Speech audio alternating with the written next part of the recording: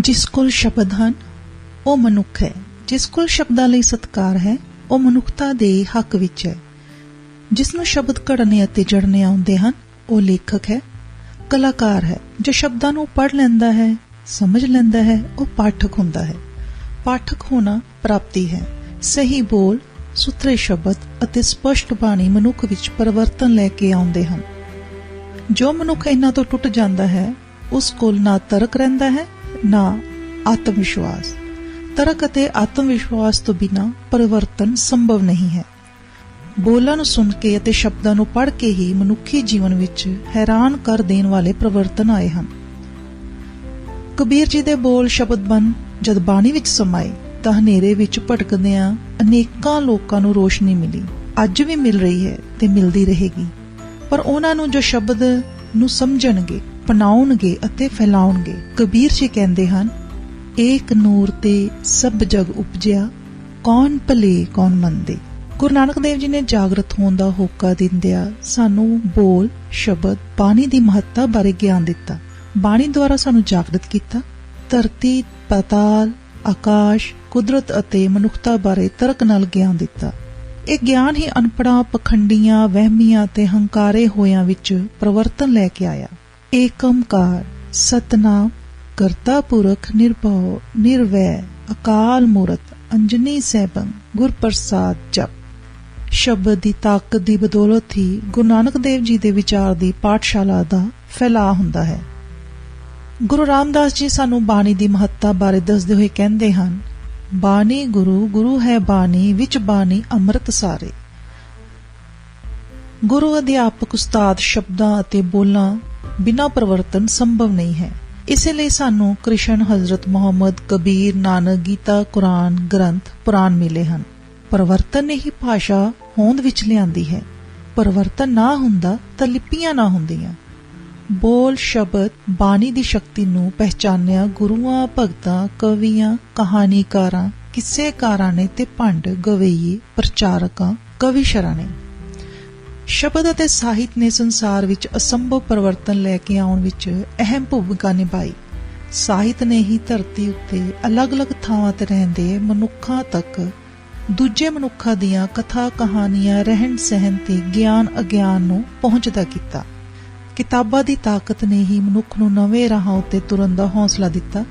ਜਿਸ ਮਨੁੱਖ ਦੀ ਜ਼ਿੰਦਗੀ ਵਿੱਚ ਕਿਤਾਬਾਂ ਆ ਜਾਂਦੀਆਂ ਹਨ ਉਹ ਆਪ ਵੀ ਤਬਦੀਲ ਹੋ ਜਾਂਦਾ ਹੈ ਅਤੇ ਹੋਰਾਂ ਵਿੱਚ ਵੀ ਪਰਿਵਰਤਨ ਲੈ ਕੇ ਆਉਂਦਾ ਹੈ।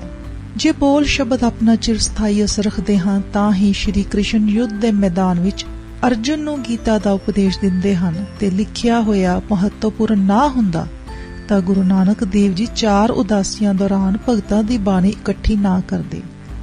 ਲਿਖਤ ਅਤੇ ਲੇਖਕ ਲੋਕਾਂ ਦੇ ਮਨ ਉੱਤੇ ਸਿੱਧਾ ਅਸਰ ਕਰਦੇ ਹਨ। ਤਾਂ ਹੀ ਤਾਂ ਗੁਰੂ ਗੋਬਿੰਦ ਸਿੰਘ ਜੀ ਨੇ ਆਪਣੇ ਦਰਬਾਰ ਵਿੱਚ 52 ਕਵੀਆਂ ਨੂੰ ਸਤਿਕਾਰਯੋਗ ਸਥਾਨ ਦਿੱਤਾ ਸੀ। ਯੁੱਗ ਬਦਲਣ ਵਾਲੇ ਅਤੇ ਹੱਕ ਸੱਚ ਦੇ ਰਾਖੇ ਵਰਕਿਆਂ ਉੱਤੇ ਉਕਰੇ ਸ਼ਬਦਾਂ ਦੀ ਕੀਮਤ ਤੋਂ ਭਲੀ ਭਾਂਤ ਵਾਕਿਫ ਰਹੇ ਹਨ ਅਤੇ ਰਹਿਣਗੇ। ਕਰਤਾਰ ਸਿੰਘ ਸਰਾਭਾ ਦੀ ਕਵਿਤਾ ਸੇਵਾ ਦੇਸ਼ ਦੀ ਜਿੰਦੜੀਏ, ਬੜੀ ਔਖੀ ਗੱਲਾਂ ਕਰਨੀਆਂ ਢੇਰ ਸੁਖਾਲੀਆਂ ਨੇ, ਅੱਜ ਵੀ ਉਹੀ ਅਸਰ ਨਾਲ ਜੋਸ਼ ਭਰਦੀ ਹੈ ਜਿਵੇਂ ਆਜ਼ਾਦੀ ਦੀ ਲੜਾਈ ਵੇਲੇ ਭਰਦੀ ਸੀ। ਕਿਤਾਬਾਂ ਭਗਤ ਸਿੰਘ ਦੀ ਜ਼ਿੰਦਗੀ ਵਿੱਚ ਪਰਿਵਰਤਨ ਲੈ ਆਈਆਂ। ਆਜ਼ਾਦੀ ਦੀ ਲੜਾਈ ਵਿੱਚ ਸ਼ਹੀਦ ਭਗਤ ਸਿੰਘ ਦਾ ਇੱਕ ਵੱਡਾ ਪਰਿਵਰਤਨ ਲੈ ਕੇ ਆਏ।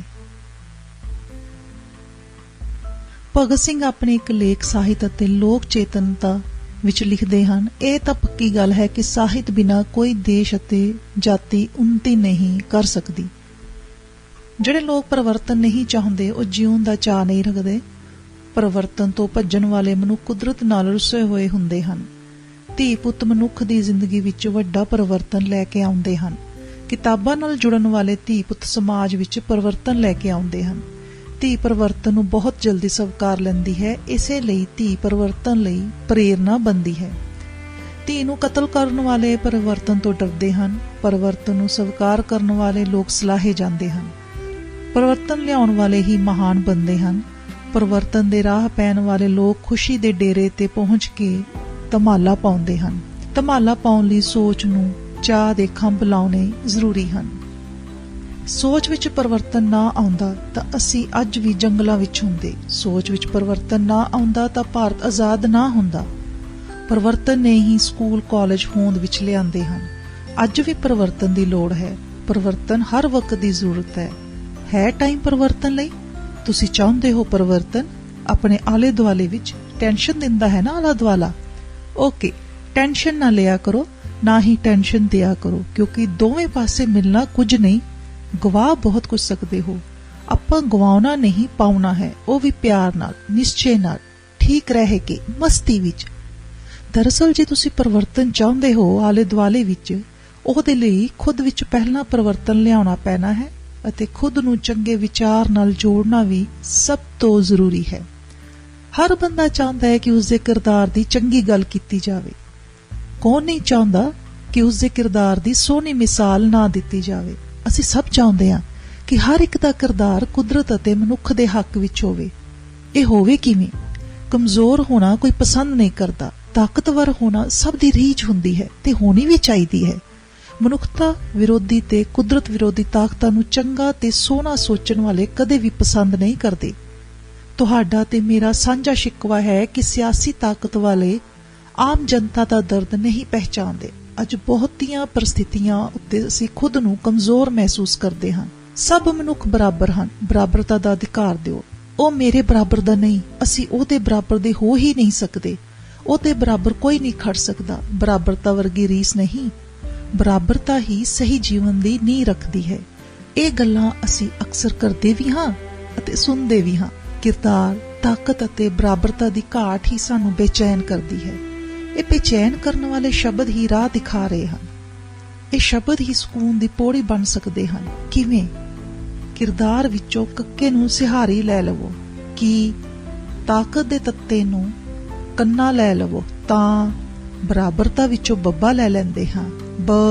ਅਸੀਂ ਲੈ ਲਿਆ ਕਿਤਾਬ। ਇਹਨਾਂ ਨੂੰ ਜੋੜ ਦਿੰਦੇ ਹਾਂ। ਕੱਲੇ ਕੱਲੇ ਰਹਿਣ ਨਾਲ ਕੁਝ ਨਹੀਂ ਹੁੰਦਾ, ਕਿਉਂਕਿ ਇਕੱਠੇ ਹੋਣਾ ਤੇ ਇਕੱਠੇ ਰਹਿਣਾ ਹੀ ਸਾਡਾ ਮਕਸਦ ਹੋਣਾ ਚਾਹੀਦਾ ਹੈ।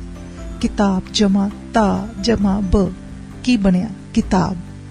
ਖੁਸ਼ੀ, ਹੌਸਲਾ, ਮੰਜ਼ਿਲ, ਕਿਰਦਾਰ, ਤਾਕਤ, ਬਰਾਬਰਤਾ, ਸਕੂਨ, ਮਿੱਤਰਤਾ ਹਾਸਲ ਕਰਨ ਦਾ ਮੰਤਰ ਹੈ ਕਿਤਾਬ। ਕਿਤਾਬਾਂ ਦਾ ਇਹ ਮੰਤਰ ਛੋਟੀਆਂ ਵੱਡੀਆਂ ਸਭ ਲਈ ਜ਼ਰੂਰੀ ਹੈ। ਇਹ ਦੱਸੋ, ਤੁਸੀਂ ਕਿਤਾਬਾਂ ਪੜ੍ਹਦੇ ਹੋ?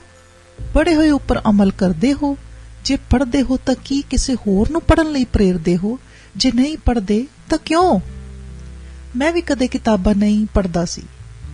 ਇੱਕ ਵਕਤ ਮੇਰੇ ਲਈ ਪੜ੍ਹਨਾ ਸਿਰਫ ਜਮਾਤਾਂ ਪਾਸ ਕਰਕੇ ਡਿਗਰੀ ਹਾਸਲ ਕਰਨਾ ਸੀ। ਜਿਵੇਂ ਕਿ ਅੱਜ ਵੀ ਬਹੁਤਿਆਂ ਤੋਂ ਜ਼ਿਆਦਾ ਨੂੰ ਇਹੀ ਲੱਗਦਾ ਹੈ। ਮੈਂ ਵੀ ਸੋਚਦਾ ਹੁੰਦਾ ਸੀ ਪੜ੍ਹਨ ਦੀ ਵੀ ਇੱਕ ਨਿਸ਼ਚਿਤ ਉਮਰ ਹੁੰਦੀ ਹੈ। ਸਾਹਿਤ ਜਾਂ ਲਿਟਰੇਚਰ ਕਿਸ ਸ਼ੈ ਦਾ ਨਾਮ ਹੈ, ਇਹ ਹਮਕੋ ਨਾ ਪਤਾ ਥਾ ਭਾਈ। ਸਾਹਿਤ ਪੜ੍ਹਨ ਬਾਰੇ ਨਾ ਕਦੇ ਕਿਸੇ ਨੇ ਦੱਸਿਆ ਸੀ, ਨਾ ਹੀ ਮੈਂ ਕਦੇ ਸੋਚਿਆ ਸੀ। ਹੁਣ ਅੱਜ ਦੇ ਵਕਤ ਵਿੱਚ ਮੈਂ ਕਿਤਾਬ ਬਿਨਾਂ ਰਹਿ ਨਹੀਂ ਸਕਦਾ। ਮੈਨੂੰ ਨਿੱਤ ਨਵੀਂ ਕਿਤਾਬ ਚਾਹੀਦੀ ਹੈ। ਪੜ੍ਹਨ ਲਈ ਵਕਤ ਚਾਹੀਦਾ ਹੈ। ਇਹ ਇੱਕ ਪੁਰਾਣਾ, ਪ੍ਰਚਲਿਤ ਤੇ ਆਲਸੀ ਲੋਕਾਂ ਦਾ ਬਹਾਨਾ ਹੈ। ਮੈਂ ਟੀਵੀ ਵੀ ਦੇਖਦਾ ਹਾਂ, ਸਿਨੇਮਾ ਵੀ ਜਾਂਦਾ ਹਾਂ, ਲਿਖਦਾ ਵੀ ਹਾਂ, ਆਪਣੇ ਕੰਮ ਵੀ ਕਰਦਾ ਹਾਂ, ਬੱਚਿਆਂ ਨਾਲ ਖੇਡਦਾ ਵੀ ਹਾਂ, ਮਸਤੀ ਵੀ ਕਰਦਾ ਹਾਂ, ਸ਼ੂਟਿੰਗ, ਲਿਖਣਾ, ਲੈਕਚਰ, ਮਿਲਣਾ, ਸੋਣਾ ਸਭ ਚੱਲਦਾ ਹੈ। ਫਿਰ ਵੀ ਵਕਤ ਬਚ ਜਾਂਦਾ ਹੈ। ਬਚੇ ਵਕਤ ਵਿੱਚ ਪੜ੍ਹਦਾ ਹਾਂ। ਵਕਤ ਕੱਢ ਕੇ ਵੀ ਪੜ੍ਹਦਾ ਹਾਂ, ਮਿੱਥ ਕੇ ਵੀ ਪੜ੍ਹਦਾ ਹਾਂ। ਅੱਛਾ, ਇਹ ਦੱਸੋ ਕਿ ਤੁਸੀਂ ਇਹ ਅਗਲੀਆਂ ਗੱਲਾਂ ਕਹਿੰਦੇ ਕਰਦੇ ਹੋ? ਬਸ ਠੀਕ ਹੈ, ਗੁਜ਼ਰੀ ਜਾਂਦੀ ਹੈ, ਆਪਾਂ ਕੀ ਲੈਣਾ, ਇਹ ਸਭ ਤਾਂ ਹੁੰਦਾ ਹੀ ਰਹਿੰਦਾ ਹੈ, ਚੁੱਪ ਹੀ ਭਲੀ ਹੈ, ਰੱਬ ਸਭ ਦੇਖਦਾ ਹੈ, ਮੇਰੀ ਤਾਂ ਕਿਸਮਤ ਹੀ ਖਰਾਬ ਹੈ, ਮੈਨੂੰ ਲੋਕ ਸਮਝਦੇ ਹੀ ਨਹੀਂ, ਇਸ ਦੇਸ਼ ਦਾ ਕੁਝ ਨਹੀਂ ਹੋ ਸਕਦਾ, ਮੇਰੇ ਬਦਲਣ ਨਾਲ ਕੀ ਹੋ ਜੂ, ਰੱਬਾ ਕਰ ਕੋਈ ਚਮਤਕਾਰ। ਜਵਾਬ ਤਾਂ ਵੈਸੇ ਇਹਨਾਂ ਗੱਲਾਂ ਦਾ ਤੁਹਾਨੂੰ ਖੁਦ ਵੱਲੋਂ ਇਹ ਸਭ ਪੜ੍ਹਦੇ ਹੋਏ ਹੀ ਮਿਲ ਗਿਆ ਹੋ, ਪਰ ਫਿਰ ਵੀ ਸੋਚਿਓ, ਸੋਚ ਬਾਅਦ ਵਿੱਚ ਲੈਣਾ, ਪਹਿਲਾਂ ਆਪਾਂ ਗੱਲਬਾਤ ਕਰ ਲਈਏ। ਹੁਣ ਤੁਸੀਂ ਕਹੋਗੇ ਟਾਈਮ ਨਹੀਂ ਹੈਗਾ, ਛੱਡ ਪਰਾਂ, ਵੈਸੇ ਕੀ ਜ਼ਰੂਰੀ ਕੰਮ ਹੈ। ਚਲੋ ਜੇ ਤੁਸੀਂ ਸੱਚੀ ਹੀ ਜ਼ਿਆਦਾ ਬਿਜ਼ੀ ਹੋ ਤਾਂ ਭਾਈ ਇੱਥੇ ਹੀ ਵਰਕਾ ਮੋੜ ਕੇ ਰੱਖ ਦਿਓ। ਜਦੋਂ ਵੀ ਵਿਹਲੇ ਹੋਏ, 1 ਮਿੰਟ ਬਾਅਦ, 1 ਘੰਟਾ, 1 ਦਿਨ ਬਾਅਦ, 1 ਮਹੀਨਾ, 1 ਸਾਲ ਬਾਅਦ, ਜਦ ਵੀ ਵੇਹਲ ਮਿਲੀ ਫਿਰ ਸ਼ੁਰੂ ਕਰ ਲਿਓ। ਮੈਂ ਇੱਥੇ ਹੀ ਮਿਲੂੰਗਾ, ਕਿਉਂਕਿ ਹੁਣ ਮੈਂ ਗੱਲਬਾਤ ਲੈ ਕੇ ਵਰਕਿਆਂ ਵਿੱਚ ਹੀ ਹਾਂ, ਸਰੀਰਕ ਰੂਪ ਵਿੱਚ ਨਹੀਂ। ਸਰੀਰਕ ਰੂਪ ਹੁਣ ਸ਼ਬਦਾਂ ਦਾ ਹੈ ਤੇ ਸ਼ਬਦ ਕਦੇ ਮਰਦੇ ਨਹੀਂ। ਇਹੀ ਤਾਂ ਸ਼ਬਦਾਂ ਦੀ ਮੌਜ ਹੈ। ਸ਼ਬਦ ਤਾਂ ਕੋਰੇ ਵਰਕਿਆਂ ਦਾ ਰੂਪ ਬਦਲ ਦਿੰਦੇ ਹਨ। ਕੋਰੇ ਵਰਕਿਆਂ ਨੂੰ ਬਦਲਣ ਵਾਲੇ ਸ਼ਬਦ ਮਨੁੱਖ ਵਿੱਚ ਪਰਿਵਰਤਨ ਕਿਉਂ ਨਹੀਂ ਲੈ ਕੇ ਆ ਸਕਦੇ? ਕੋਰੇ ਵਰਕੇ ਉੱਤੇ ਸ਼ਬਦਾਂ ਨਾਲ ਰੌਣਕ ਲੱਗਦੀ ਹੈ। ਸੋਚ ਅਤੇ ਸ਼ਬਦ ਦੀ ਵਰਤੋਂ ਹੀ ਖਾਲੀ ਵਰਕੇ ਦਾ ਕਿਰਦਾਰ ਘੜਦੀ ਹੈ। ਭਗਵਾਨ, ਅੱਲਾ, ਗੋਡ, ਵਾਹਿਗੁਰੂ ਜਿਨ੍ਹਾਂ ਵਰਕਿਆਂ ਤੇ ਲਿਖਿਆ ਹੋਵੇ ਉਹ ਸਿਰਫ ਵਰਕੇ ਨਹੀਂ ਰਹਿੰਦੇ। ਪਿਆਰ ਲਿਖਣ ਨਾਲ ਵਰਕਾ ਸੁਨੱਖਾ ਲੱਗਦਾ ਹੈ। ਗਾਲ ਲਿਖਣ ਨਾਲ ਵਰਕਾ ਬਦਤਮੀਜ਼ ਅਤੇ ਬੇਅਕਲ ਹੋ ਜਾਂਦਾ ਹੈ। ਮੱਤ ਦਿੰਦੇ ਤੇ ਰਾਹ ਵਿਖਾਉਂਦੇ ਵਰਕੇ ਦੂਜਿਆਂ ਨਾਲ ਸਾਂਝੇ ਕੀਤੇ ਜਾਂਦੇ ਹਨ ਤੇ ਸਾਂਭੇ ਜਾਂਦੇ ਹਨ। ਅਸ਼ਲੀਲ ਸ਼ਬਦਾਂ ਵਾਲੇ ਵਰਕੇ ਚੋਰੀ ਪੜ੍ਹੇ ਜਾਂਦੇ ਹਨ ਅਤੇ ਲੁਕੋ ਕੇ ਰੱਖੇ ਜਾਂਦੇ ਹਨ। ਸ਼ਬਦ ਹੀ ਮਨੁੱਖ ਅਤੇ ਵਰਕਿਆਂ ਦਾ ਕਿਰਦਾਰ ਘੜਦੇ ਹਨ। ਜਿਸ ਵਕਤ ਤੁਹਾਨੂੰ ਵਕਤ ਮਿਲਿਆ ਮੇਰੇ ਸ਼ਬਦ ਪੜ੍ਹ ਲਈਓ। ਸ਼ਾਇਦ ਪੜ੍ਹ ਕੇ ਪਰਹੇਜ਼ ਕਰ ਲਵੋ ਕੁਝ ਗੱਲਾਂ ਤੋਂ ਅਤੇ ਕੁਝ ਕੁ ਦੀ ਆਦਤ ਪਾ ਲਵੋ। ਸੋਹਣਾ ਵਕਤ ਸਿਰਜ ਲਵੋ, ਪਰ ਕਦੋਂ? ਠਹਿਰ ਕੇ। ਕਿ ਤੁਹਾਨੂੰ ਆਉਣ ਵਾਲੇ ਵਕਤ ਬਾਰੇ ਪਤਾ ਹੈ? ਕਿ ਤੁਸੀਂ ਪੜ੍ਹੇ ਬਿਨਾਂ ਤਾਂ ਹੀ ਨਹੀਂ ਤੁਰ ਜਾਵੋਗੇ ਜਹਾਨ ਤੋਂ। ਸਿੱਧੀ ਵੱਜੀ ਨਾ ਦਿਮਾਗ ਵਿੱਚ ਮੇਰੀ ਆਹ ਗੱਲ। ਬੁਰਾ ਲੱਗਿਆ? ਅਟਪਟੀ ਲੱਗੀ? ਬਦਤਮੀਜ਼ੀ ਕੀਤੀ ਮੈਂ? ਸੌਰੀ, ਮੁਆਫ ਕਰ ਦੇਣਾ। ਮੈਂ ਤਾਂ ਆਪ ਤੁਹਾਡੀ ਤੰਦਰੁਸਤੀ ਅਤੇ ਲੰਬੀ ਉਮਰ ਚਾਹੁੰਦਾ ਹਾਂ। ਮੈਂ ਸੱਚੀ ਹੀ ਚਾਹੁੰਦਾ ਹਾਂ ਕਿ ਤੁਹਾਡਾ ਵਕਤ ਬਰਬਾਦ ਨਾ ਹੋਵੇ।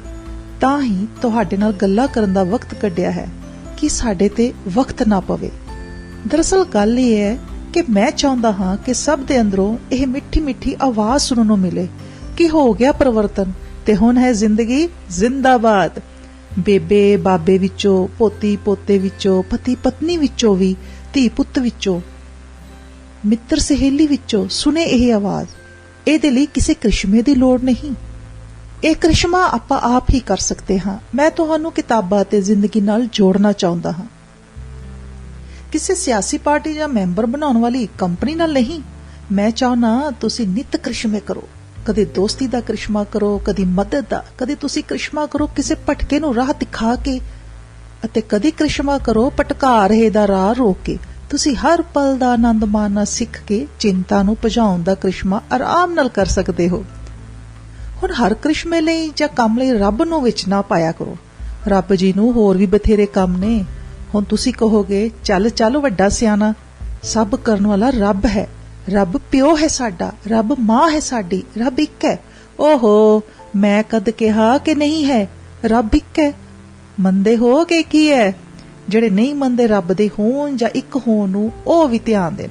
ਪਰ ਹੁਣ ਜਿਹੜੇ ਪਿਓ ਦੇ ਯਾਨੀ ਕਿ ਰੱਬ ਦੇ ਅਰਬਾਂ ਖਰਬਾਂ ਨੂੰ ਜਰਬਾ ਦੇ ਕੇ ਨਿਆਣੇ ਹੋਣ ਤੇ ਸਾਰੇ ਹੀ ਆਪਣੀ ਗੱਲ ਉਹਦੇ ਤੇ ਸਿੱਟ ਦੇਣ, ਫਿਰ ਤਾਂ ਗਲਤ ਗੱਲ ਹੈ ਨਾ। ਸ਼ਰਧਾਲੂ ਮਨੁੱਖ ਦਾ ਮੰਨਣਾ ਹੈ ਕਿ ਪੂਰੀ ਮਨੁੱਖ ਜਾਤੀ, ਪਸ਼ੂ ਪੰਛੀ ਸਭ ਕੁਝ ਰੱਬ ਦਾ ਸਿਰਜਿਆ ਹੈ ਅਤੇ ਰੱਬ ਇੱਕ ਹੈ। ਸਭ ਜੀ ਜੰਤ ਰੁੱਖ ਪੌਦੇ ਉਸ ਦੇ ਹੀ ਹਨ, ਜਦਕਿ ਵਿਗਿਆਨੀ ਦਾ ਤਰਕ ਤੇ ਦਲੀਲ ਕੁਝ ਹੋਰ ਕਹਿੰਦੀ ਹੈ। ਵਿਦਿਆਰਥੀ ਤਰਕ ਨੂੰ ਮੰਨਦੇ ਹਨ। ਵਿਦਿਆਰਥੀ ਹੋਣਾ ਲਾਭਦਾਇਕ ਹੈ। ਮੈਂ ਵਿਦਿਆਰਥੀ ਹਾਂ। ਹੁਣ ਆਪਣਾ ਵੀ ਤਾਂ ਕੋਈ ਫਰਜ਼ ਬਣਦਾ ਹੈ ਕਿ ਅਸੀਂ ਵੀ ਕੁਝ ਕਰੀਏ। ਸਾਡਾ ਕੰਮ ਸਿਰਫ ਰੱਬ ਉੱਤੇ ਟੇਕ ਰੱਖਣਾ ਜਾਂ ਮੱਥੇ ਟੇਕਣਾ ਹੀ ਨਹੀਂ ਹੈ। ਅਸੀਂ ਹਰ ਕੰਮ ਲਈ ਮਾਂ-ਬਾਪ ਬਰਾਬਰ ਹੈ, ਰੱਬ ਵੱਲ ਨਹੀਂ ਝਾਕ ਸਕਦੇ। ਮਾਂ-ਬਾਪ ਬਰਾਬਰ ਹੈ ਰੱਬ ਬਰਾਬਰ ਹੈ ਮਾਈ-ਬਾਪ, ਇਹੀ ਕਹਿੰਦੇ ਨੇ ਨਾ ਸਿਆਣੇ ਤੇ ਨਿਆਣੇ। ਤੇ ਅਸੀਂ ਰੱਬ ਨੂੰ ਆਪਣਾ ਪਾਲਣਹਾਰ, ਵਕੀਲ ਤੇ ਡਾਕਟਰ ਵੀ ਮੰਨਦੇ ਹਾਂ। ਮਤਲਬ ਰੱਬ ਜੀ ਸਾਡਾ ਪੇਟ ਭਰਨਗੇ, ਰੱਬ ਜੀ ਹੀ ਇਨਸਾਫ ਦੇ ਆਉਣਗੇ, ਉਹੀ ਤੰਦਰੁਸਤ ਰੱਖਣਗੇ। ਅੱਛਾ, ਇਹ ਦੱਸੋ ਕਿ ਅਸੀਂ ਆਪਣੇ ਜਨਮ ਦੇਣ ਵਾਲੇ ਮਾਂ-ਪਿਓ ਤੋਂ ਵੀ ਇਹੀ ਤੇ ਇਸੇ ਤਰ੍ਹਾਂ ਦੀ ਹੀ ਉਮੀਦ ਰੱਖਦੇ ਹਾਂ ਕਿ ਸਾਡੇ ਸਿਰਜਣਹਾਰ ਹੀ ਕਰਨਗੇ ਸਭ ਕੁਝ, ਕਿ ਸਾਡੇ ਸਾਰੇ ਕੰਮਾਂ ਦਾ ਜ਼ਿੰਮਾ ਸਾਡੇ ਮਾਂ-ਬਾਪ ਦਾ ਹੈ, ਕਿ ਸਾਡੇ ਸਭ ਚੰਗੇ ਮਾੜੇ ਦੇ ਜ਼ਿੰਮੇਦਾਰ ਸਾਡੇ ਮਾਂ-ਬਾਪ ਹਨ, ਕਿ ਸਾਡੇ ਮਾਂ-ਬਾਪ ਹੀ ਲਾਉਣਗੇ ਸਾਡੀ ਬੇੜੀ ਪਾਰ? ਜੇ ਜਵਾਬ ਹਾਂ ਹੈ ਤਾਂ ਅਸੀਂ ਕੀ ਕਰਾਂਗੇ? ਜੇ ਜਵਾਬ ਨਾ ਹੈ ਤਾਂ ਫਿਰ ਕੌਣ ਕਰੇਗਾ? ਕਰਨਾ ਤਾਂ ਸਾਨੂੰ ਖੁਦ ਹੀ ਪੈਣਾ ਹੈ। ਆਪਣਾ ਸਿਰ ਆਪ ਹੀ ਗੁੰਦਣਾ ਪੈਂਦਾ ਹੈ। ਰੂਸ ਦੀ ਇੱਕ ਮਸ਼ਹੂਰ ਕਿਤਾਬ ਹੈ ਜੋ ਕਿ ਪੰਜਾਬੀ ਵਿੱਚ ਬਹੁਤ ਪੜ੍ਹੀ ਗਈ ਹੈ, ਰਸੂਲ ਹਮਜ਼ਾ ਤੋਵ ਦੀ ਮੇਰਾ ਦਾਗਿਸਤਾਨ। ਉਹਦੇ ਵਿੱਚ ਲਿਖਿਆ ਹੈ, ਜੇ ਮੇਰੀ ਪਿੱਠ ਉੱਤੇ ਖੁਰਕ ਹੁੰਦੀ ਹੋਵੇ ਤਾਂ ਮੇਰੇ ਤੋਂ ਵੱਧ ਚੰਗਾ ਕੋਈ ਨਹੀਂ ਖੁਰਕ ਸਕਦਾ। ਕਦੇ ਮੌਕਾ ਮਿਲਿਆ ਤਾਂ ਪੜ੍ਹਿਓ ਇਹ ਕਿਤਾਬ। ਦੁਨੀਆ ਦੇ ਨੇੜੇ ਕਰ ਦਿੰਦੀ ਹੈ ਇਹ ਕਿਤਾਬ। ਕਿਤਾਬਾਂ ਦਾ ਕੰਮ ਹੀ ਦੁਨੀਆ ਨਾਲ ਜੋੜਨਾ ਹੁੰਦਾ ਹੈ। ਰੱਬ ਦੇ ਨਾਂ ਤੇ ਦੁਨੀਆ ਨੂੰ ਇੱਕ ਕਰਨ ਦਾ ਕੰਮ ਹੋਣਾ ਚਾਹੀਦਾ ਹੈ। ਦਰਅਸਲ ਅਸੀਂ ਰੱਬ ਨੂੰ ਮੰਨਦੇ ਹਾਂ, ਰੱਬ ਦੀ ਨਹੀਂ ਮੰਨਦੇ। ਅਸੀਂ ਧਰਮ ਨੂੰ ਤਾਂ ਮੰਨਦੇ ਹਾਂ, ਪਰ ਧਰਮ ਦੀ ਨਹੀਂ ਮੰਨਦੇ ਹਾਂ। ਅਸੀਂ ਮਹਾਨ ਬੰਦਿਆਂ ਨੂੰ ਪੂਜਦੇ ਹਾਂ, ਉਹਨਾਂ ਦੀ ਮੰਨਦੇ ਨਹੀਂ। ਅਸੀਂ ਉਹ ਵਿਦਿਆਰਥੀ ਹਾਂ ਜੋ ਸਕੂਲ ਤਾਂ ਨਿਤਨੇਮ ਨਾਲ ਜਾਂਦੇ ਹਨ, ਪੜ੍ਹਦੇ ਸੁਣਦੇ ਵੀ ਹਨ, ਪਰ ਸਿੱਖਦੇ ਨਹੀਂ। ਅਸੀਂ ਬਿਨਾਂ ਕੁਝ ਸਿੱਖੇ ਅਤੇ ਅਮਲ ਕੀਤੇ ਇਹ ਲਿਖ ਕੇ ਪਾਸ ਹੋਣਾ ਚਾਹੁੰਦੇ ਹਾਂ, ਸਤਿਗੁਰੂ ਤੇਰੀ ਓਟ, ਪਰਚਾ ਕਰਦੇ ਮੇਰਾ ਲੋਟ। ਜਾਂ ਫਿਰ ਜੈ ਸ਼੍ਰੀ ਰਾਮ, ਜੈ ਹਨੂਮਾਨ, ਪਾਸ ਕਰ ਦੋ ਰੇ ਭਗਵਾਨ। ਜਾਂ ਫਿਰ ਹੇ ਮੇਰੇ ਅੱਲਾ, ਫੇਲ ਨਾ ਹੋਵੇ ਤੇਰਾ ਝੱਲਾ। ਕੀ ਸਿਰਫ ਇੰਨਾ ਲਿਖਣ ਨਾਲ ਨਲਾਇਕ ਵਿਦਿਆਰਥੀ ਪਾਸ ਹੋ ਸਕਦਾ ਹੈ? ਕਿ ਰੱਬ ਬੇਇਨਸਾਫੀ ਕਰੇਗਾ ਕਿ ਹੁਸ਼ਿਆਰ ਦੇ ਨਾਲ ਨਲਾਇਕ ਨੂੰ ਵੀ ਪਾਸ ਕਰੇਗਾ? ਕਿ ਕੋਈ ਅਧਿਆਪਕ ਇਹ ਬੇਇਨਸਾਫੀ ਕਰੇਗਾ? ਜੇ ਕਰੇਗਾ ਤਾਂ ਕੀ ਉਹ ਅਧਿਆਪਕ ਹੈ? ਕੀ ਨਾਲਾਇਕ ਵਿਦਿਆਰਥੀ ਹੋਣਾ ਚੰਗਾ ਹੈ? ਅਸੀਂ ਜ਼ਿੰਦਗੀ ਦੀ ਪਾਠਸ਼ਾਲਾ ਦੇ ਵਿਦਿਆਰਥੀ ਹਾਂ। ਸਾਡੇ ਜਨਮ ਨਾਲ ਹੀ ਜਿੱਥੇ ਸਾਡੀ ਐਡਮਿਸ਼ਨ ਹੋ ਜਾਂਦੀ ਹੈ ਅਤੇ ਮੌਤ ਨਾਲ ਨਾਮ ਕੱਟਿਆ ਜਾਂਦਾ ਹੈ ਜਾਂ ਡਿਗਰੀ ਕੰਪਲੀਟ ਹੋ ਜਾਂਦੀ ਹੈ, ਪਰ ਕਿੰਨੇ ਕੁ ਵਿਦਿਆਰਥੀ ਨੇ ਜੋ ਇਮਾਨਦਾਰੀ ਨਾਲ, ਮਸਤ ਹੋ ਕੇ, ਮਿਹਨਤ ਲਗਨ ਨਾਲ ਅਤੇ ਜ਼ਿੰਦਾ ਦਿਲੀ ਨਾਲ ਜ਼ਿੰਦਗੀ ਦੀ ਪਾਠਸ਼ਾਲਾ ਵਿੱਚ ਪੜ੍ਹਦੇ ਹਨ? ਕਿੰਨੇ ਕੁ ਹਨ ਜੋ ਕਿਤਾਬਾਂ ਨਾਲ ਜੁੜਦੇ ਹਨ? ਕਿਤਾਬਾਂ ਜਿਹੜੀਆਂ ਕਿ ਇਕੱਲਤਾ ਨੂੰ ਦੂਰ ਕਰਦੀਆਂ ਹਨ। ਕਿਤਾਬਾਂ ਕਿਸੇ ਕੌਮ ਅਤੇ ਮੁਲਕ ਦਾ ਵਰਤਮਾਨ ਸੁਧਾਰ ਕੇ ਭਵਿੱਖ ਨਿਰਧਾਰਿਤ ਕਰਦੀਆਂ ਹਨ। ਕਿਤਾਬਾਂ ਕੀ ਹੋਇਆ, ਕਿਉਂ ਹੋਇਆ, ਕਦ ਹੋਇਆ, ਕੀ ਹੋ ਰਿਹਾ ਹੈ, ਕੀ ਹੋ ਸਕਦਾ ਹੈ ਅਤੇ ਕੀ ਹੋਵੇਗਾ ਬਾਰੇ ਗਿਆਨ ਦਿੰਦੀਆਂ ਹਨ। ਕਿਤਾਬਾਂ ਇਕੱਲੇ ਮਨੁੱਖ ਨੂੰ ਮੁਸਕਰਾਉਣ ਲਾ ਦਿੰਦੀਆਂ ਹਨ। ਕਿਤਾਬਾਂ ਚਿਰਾਂ ਦੇ ਡਕੇ ਹੰਝੂਆਂ ਨੂੰ ਵਗਣ ਲਾ ਦਿੰਦੀਆਂ ਹਨ। ਕਿਤਾਬਾਂ ਅਣਦੇਖੇ ਲੋਕਾਂ ਨਾਲ ਮਿਲਾ ਕੇ ਅਣਦਸੀਆਂ ਥਾਵਾਂ ਤੇ ਪਹੁੰਚਾ ਦਿੰਦੀਆਂ ਹਨ। ਕਿਤਾਬਾਂ ਸਾਰੇ ਜੀਵਨ ਨੂੰ ਪਾਠਸ਼ਾਲਾ ਬਣਾ ਦਿੰਦੀਆਂ ਹਨ। ਕਿਤਾਬਾਂ ਖੁਸ਼ੀ ਨੂੰ ਵੰਡਣਾ ਤੇ ਦੁੱਖ ਨੂੰ ਝੱਲਣਾ ਸਿਖਾਉਂਦੀਆਂ ਹਨ। ਚੰਗੀਆਂ ਕਿਤਾਬਾਂ ਉੱਤੇ ਲਾਏ ਪੈਸੇ ਕਦੇ ਵੀ ਵਿਅਰਥ ਨਹੀਂ ਜਾਂਦੇ। ਪੰਜਾਬ ਦਾ ਇੱਕ ਬਹੁਤ ਹੀ ਸੁਚੱਜਾ ਕਲਾਕਾਰ ਤੇ ਕਵੀ ਹੈ ਸਵਰਨਜੀਤ ਸਵੀ। ਉਹਦੀ ਕਵਿਤਾ ਪੜ੍ਹੋ ਪਹਿਲਾਂ, ਫਿਰ ਅੱਗੇ ਤੁਰਦੇ ਹਾਂ। ਕਿਤਾਬ ਜਾਗਦੀ ਹੈ, ਖਰੀਦੋ ਰੱਖੋ, ਪੜ੍ਹੋ ਨਾ ਪੜ੍ਹੋ, ਘਰ ਦੇ ਰੈਕ 'ਚ ਰੱਖੋ, ਰੱਖੋ ਤੇ ਭੁੱਲ ਜਾਓ। ਜੇ ਤੁਸੀਂ ਪੜ੍ਹ ਨਹੀਂ ਸਕਦੇ, ਯਾਦ ਰੱਖ ਨਹੀਂ ਸਕਦੇ, ਸੌਣ ਦਿਓ ਕਿਤਾਬ ਨੂੰ। ਮਹੀਨੇ, ਸਾਲ, ਪੀੜ੍ਹੀ ਦਰ ਪੀੜ੍ਹੀ ਉਡੀਕ ਕਰੋ, ਜਾਗੇਗੀ ਕਿਤਾਬ। ਕਿਸੇ ਦਿਨ, ਕਿਸੇ ਪਲ ਪੜ੍ਹੇਗਾ ਕੋਈ ਜਿਸਨੇ ਨਹੀਂ ਖਰੀਦਣੀ ਸੀ ਇਹ ਕਿਤਾਬ। ਸੂਟ, ਬੂਟ, ਪਰਫਿਊਮ, ਖਿਡੌਣੇ, ਟੈਡੀ, ਚਾਕਲੇਟ ਵਕਤ ਪਾਉਣ ਵਾਲੇ ਤੇ ਮਨ ਪਰਚਾਉਣ ਵਾਲੇ ਚੰਗੇ ਤੋਹਫੇ ਜਾਂ ਖਰੀਦਾਰੀਆਂ ਹਨ, ਪਰ ਜ਼ਿੰਦਗੀ ਬਣਾਉਣ ਵਾਲੀਆਂ ਤੇ ਰਾਹ ਲਿਸ਼ਕਾਉਣ ਵਾਲੀਆਂ ਕਿਤਾਬਾਂ ਹੀ ਹੁੰਦੀਆਂ ਹਨ। ਜ਼ਿੰਦਗੀ ਦੀ ਪਾਠਸ਼ਾਲਾ ਵਿੱਚ ਕਿਤਾਬਾਂ ਹੀ ਉਸਤਾਦ ਬਣਦੀਆਂ ਹਨ। ਕਿਤਾਬਾਂ ਨਾਲ ਦਿਮਾਗ ਰੋਸ਼ਨ ਹੋ ਜਾਂਦੇ ਹਨ ਤੇ ਘਰ ਮੁਸਕਰਾਉਣ ਲੱਗ ਜਾਂਦੇ ਹਨ। ਸਾਰੀ ਉਮਰ ਦਿਮਾਗ ਰੋਸ਼ਨ ਰੱਖਣ ਲਈ ਅਤੇ ਮੁਸਕਰਾਉਂਦੇ ਰਹਿਣ ਲਈ ਹਰ ਇੱਕ ਮਨੁੱਖ ਦੀ ਕਿਤਾਬ ਨਾਲ ਦੋਸਤੀ ਹੋਣੀ ਜ਼ਰੂਰੀ ਹੈ। ਜ਼ਿੰਦਗੀ ਦੀ ਪਾਠਸ਼ਾਲਾ ਨੂੰ ਸਕੂਲ ਦੇ ਬਰਾਬਰ ਰੱਖ ਕੇ ਸਮਝੋ, ਸਰਲ ਹੋ ਜਾਵੇਗਾ ਸਮਝਣਾ। ਮੰਨ ਲਓ ਅਸੀਂ ਵਿਦਿਆਰਥੀ ਹਾਂ ਅਤੇ ਜ਼ਿੰਦਗੀ ਪਾਠਸ਼ਾਲਾ। ਪਹਿਚਾਨ ਕਰੋ ਕਿ ਉਹ ਕਿਹੜੇ ਵਿਦਿਆਰਥੀ ਹਨ ਜੋ ਜ਼ਿੰਦਗੀ ਦੀ ਪਾਠਸ਼ਾਲਾ ਵਿੱਚ ਘੱਟ ਪੜ੍ਹਦੇ ਹੋਏ ਵੱਧ ਕਰਤੂਤਾਂ ਕਰਦੇ ਹਨ। ਕੀ ਉਹ ਵਿਦਿਆਰਥੀ ਸਹੀ ਹਨ ਜੋ ਹੋਰ ਵਿਦਿਆਰਥੀਆਂ ਨੂੰ ਆਪਸ ਵਿੱਚ ਲੜਾਉਂਦੇ ਹਨ? ਕਿ ਕੋਈ ਵਿਦਿਆਰਥੀ ਬਿਨਾਂ ਪੜ੍ਹੇ ਪਾਸ ਹੋ ਸਕਦਾ ਹੈ? ਕਿ ਵਿਦਿਆਰਥੀਆਂ ਨੂੰ ਧਰਮ ਦੇ ਨਾਂ ਉੱਤੇ ਲੜਨਾ ਚਾਹੀਦਾ ਹੈ? ਵਿਦਿਆਰਥੀਆਂ ਨੂੰ ਪਹਿਲਾਂ ਸ਼ਰਾਬ ਦੇ ਠੇਕੇ ਦਾ ਪਤਾ ਹੋਣਾ ਚਾਹੀਦਾ ਹੈ ਜਾਂ ਕਿਤਾਬ ਘਰ ਦਾ? ਵਿਦਿਆਰਥੀ ਦਾ ਪਹਿਲਾ ਬਜਟ ਕਿਤਾਬਾਂ ਲਈ ਹੋਣਾ ਚਾਹੀਦਾ ਹੈ ਜਾਂ ਹੋਰ ਅਯਾਸ਼ੀਆਂ ਲਈ? ਵਿਦਿਆਰਥੀ ਨੂੰ ਪਹਿਲਾਂ ਮਾਤ ਭਾਸ਼ਾ ਦਾ ਗਿਆਨ ਹੋਣਾ ਚਾਹੀਦਾ ਹੈ ਜਾਂ ਬੇਗਾਨੀ ਦਾ? ਇੱਕ ਵਿਦਿਆਰਥੀ ਕਹਿੰਦਾ ਹੈ ਕਿ ਮੈਂ ਮਾਤ ਭਾਸ਼ਾ ਦਾ ਸਤਿਕਾਰ ਕਰਦਾ ਹਾਂ ਪਰ ਮਾਤ ਭਾਸ਼ਾ ਦੀਆਂ ਕਿਤਾਬਾਂ ਨਹੀਂ ਪੜ੍ਹਦਾ। ਕੀ ਇਹ ਵਿਦਿਆਰਥੀ ਸਤਿਕਾਰ ਕਰਦਾ ਹੈ? ਇਹ ਤਾਂ ਉਹ ਗੱਲ ਹੋਈ ਕਿ ਮੈਂ ਮਾਂ-ਬਾਪ ਦਾ ਸਤਿਕਾਰ ਤਾਂ ਕਰਦਾ ਪਰ ਉਹਨਾਂ ਦੇ ਘਰ ਜਾਣਾ ਪਸੰਦ ਨਹੀਂ ਕਰਦਾ। ਇਹ ਵਿਦਿਆਰਥੀ ਤਾਂ ਫਿਰ ਨਲਾਇਕ ਹੈ। ਇਹ ਵਿਦਿਆਰਥੀ ਅਸੀਂ ਤੁਸੀਂ ਹੀ ਹਾਂ, ਕੋਈ ਹੋਰ ਨਹੀਂ। ਸਵਾਲ ਹੋਰ ਵੀ ਬਹੁਤ ਹੋ ਸਕਦੇ ਨੇ, ਪਰ ਕਹਿਣਾ ਇਹੋ ਹੈ ਕਿ ਜੇ ਅਸੀਂ ਸਕੂਲ ਦੇ ਸੋਹਣੇ ਅਸੂਲ ਜ਼ਿੰਦਗੀ ਵਿੱਚ ਅਪਣਾ ਲਈਏ ਤਾਂ ਬਹੁਤ ਕੁਝ ਚੰਗਾ ਚੰਗਾ ਵਾਪਰਨਾ ਸ਼ੁਰੂ ਹੋ ਜਾਵੇਗਾ। ਦੋਸਤੀਆਂ ਵੱਧ ਸਕਦੀਆਂ ਹਨ, ਚਿੰਤਾਵਾਂ ਘਟ ਸਕਦੀਆਂ ਹਨ, ਹਉਮੈ ਮਰ ਸਕਦੀ ਹੈ, ਉਮੀਦ ਜਾ ਸਕਦੀ ਹੈ, ਈਰਖਾ ਨੇੜੇ ਨਹੀਂ ਆ ਸਕਦੀ, ਲਾਲਚ ਨੇੜੇ ਨਹੀਂ ਆਉਣਾ। ਜ਼ਿੰਦਗੀ ਦੀ ਕੀਮਤ ਦਾ ਪਤਾ ਲੱਗ ਜੂ, ਧਰਮਾਂ ਦੇ ਸੁਨੇਹੇ ਸਮਝ ਆ ਜਾਣਗੇ, ਰੱਬ ਦੀ ਰਮਜ ਸਮਝ ਆ ਜਾਊਗੀ, ਫਿਰ ਜ਼ਿੰਦਗੀ ਜ਼ਿੰਦਾਬਾਦ। ਪਰ ਜੇ ਅਸੀਂ ਚੰਗੇ ਵਿਦਿਆਰਥੀ ਬਣ ਜਾਈਏ ਜ਼ਿੰਦਗੀ ਦੀ ਪਾਠਸ਼ਾਲਾ ਦੇ, ਜੇ ਸਾਡੇ ਦੇਸ਼ ਦਾ ਸਿਸਟਮ ਠੀਕ ਹੋ ਜਾਏ, ਜੇ ਗੰਦਗੀ ਨਾ ਹੋਵੇ, ਜੇ ਨੌਜਵਾਨ ਸੁਧਰ ਜਾਣ, ਜੇ ਰਿਸ਼ਵਤ ਤੋਂ ਬਿਨਾਂ ਕੰਮ ਹੋ ਜਾਣ, ਜੇ ਐਕਸੀਡੈਂਟ ਨਾ ਹੋਣ, ਜੇ ਜਾਤ ਪਾਤ ਨਾ ਹੋਵੇ, ਜੇ ਸਿੰਗਰ ਮਾੜਾ ਨਾ ਗਾਉਣ, ਜੇ ਲੇਖਕ ਚੰਗਾ ਲਿਖਣ, ਜੇ ਕੁੜੀਆਂ ਸੇਫ ਹੋਣ, ਜੇ ਪੁਲਿਸ ਧੱਕਾ ਨਾ ਕਰੇ, ਜੇ ਲੀਡਰ ਕਰਪਟ ਨਾ ਹੋਣ, ਜੇ ਫਿਲਮਾਂ ਸੋਹਣੀਆਂ ਸਾਰਥਕ ਬਣਨ, ਜੇ ਉਹ ਹੋਵੇ, ਜੇ ਆ ਹੋਵੇ, ਜੇ ਇਉਂ ਹੋਵੇ, ਜੇ ਇਉਂ ਨਾ ਹੋਵੇ। ਸਿਰਫ ਸੋਚਣ ਨਾਲ ਹੀ ਜੇ ਨੇ ਹੱਲ ਨਹੀਂ ਹੋਣਾ। ਜੇ ਰਾਹੀਂ ਸੋਚ ਤਾਂ ਸੋਹਣੀ ਪੈਦਾ ਹੋ ਰਹੀ ਹੈ, ਪਰ ਇਹ ਜੇ ਵਾਲੀ ਸੋਚ ਨੂੰ ਸੰਭਾਲ ਕੇ ਹੱਲ ਨਹੀਂ ਕੀਤਾ ਜਾ ਰਿਹਾ। ਇਹ ਜੇ ਵਾਲੇ ਸਵਾਲਾਂ ਅਤੇ ਇੱਛਾਵਾਂ ਨੂੰ ਲਾਗੂ ਕਰਨ ਲਈ ਜਾਂ ਸੱਚ ਹੁੰਦਾ ਵੇਖਣ ਲਈ ਮੈਂ ਅਤੇ ਤੁਸੀਂ ਕੀ ਯਤਨ ਕਰ ਰਹੇ ਹਾਂ? ਕੀ ਅਸੀਂ ਇਹ ਕਹਿ ਕੇ ਪਾਸਾ ਤਾਂ ਨਹੀਂ ਵੱਟ ਰਹੇ ਕਿ ਮੇਰੇ ਇਕੱਲੇ ਦੇ ਕਰਨ ਨਾਲ ਕੀ ਹੋ ਜਾਵੇਗਾ? ਜੇ ਪਹਿਲੇ ਸਵਾਲ ਦਾ ਜਵਾਬ ਨਾ ਹੈ ਤੇ ਦੂਜੇ ਦਾ ਹਾਂ ਹੈ, ਤਾਂ ਫਿਰ ਵਿਚਾਰਨ ਦੀ ਲੋੜ ਹੈ। ਸ਼ੀਸ਼ੇ ਅੱਗੇ ਖੜ ਕੇ ਖੁਦ ਨੂੰ ਇਹ ਸਵਾਲ ਪੁੱਛਣੇ ਪੈਣੇ ਹਨ। ਕੀ ਗੱਲ ਜੇ ਵਾਲੇ ਸਵਾਲ ਖੜੇ ਕਰਨ ਦਾ ਹੀ ਚਾਹ ਹੈ? ਆਪ ਨਹੀਂ ਕਰਨਾ ਕੁਝ, ਸਾਰਾ ਕੁਝ ਆਪ ਕਰਨਾ ਪੈਣਾ ਹੈ। ਬੈਠੇ ਬਿਠਾਏ ਸਾਰਾ ਕੁਝ ਬਿਮਾਰਾਂ ਅਤੇ ਲਾਚਾਰਾਂ ਨੂੰ ਮਿਲਣਾ ਹੈ। ਕੀ ਤੁਸੀਂ ਬਿਮਾਰ ਅਤੇ ਲਾਚਾਰ ਕਹਾਣਾ ਪਸੰਦ ਕਰੋਗੇ?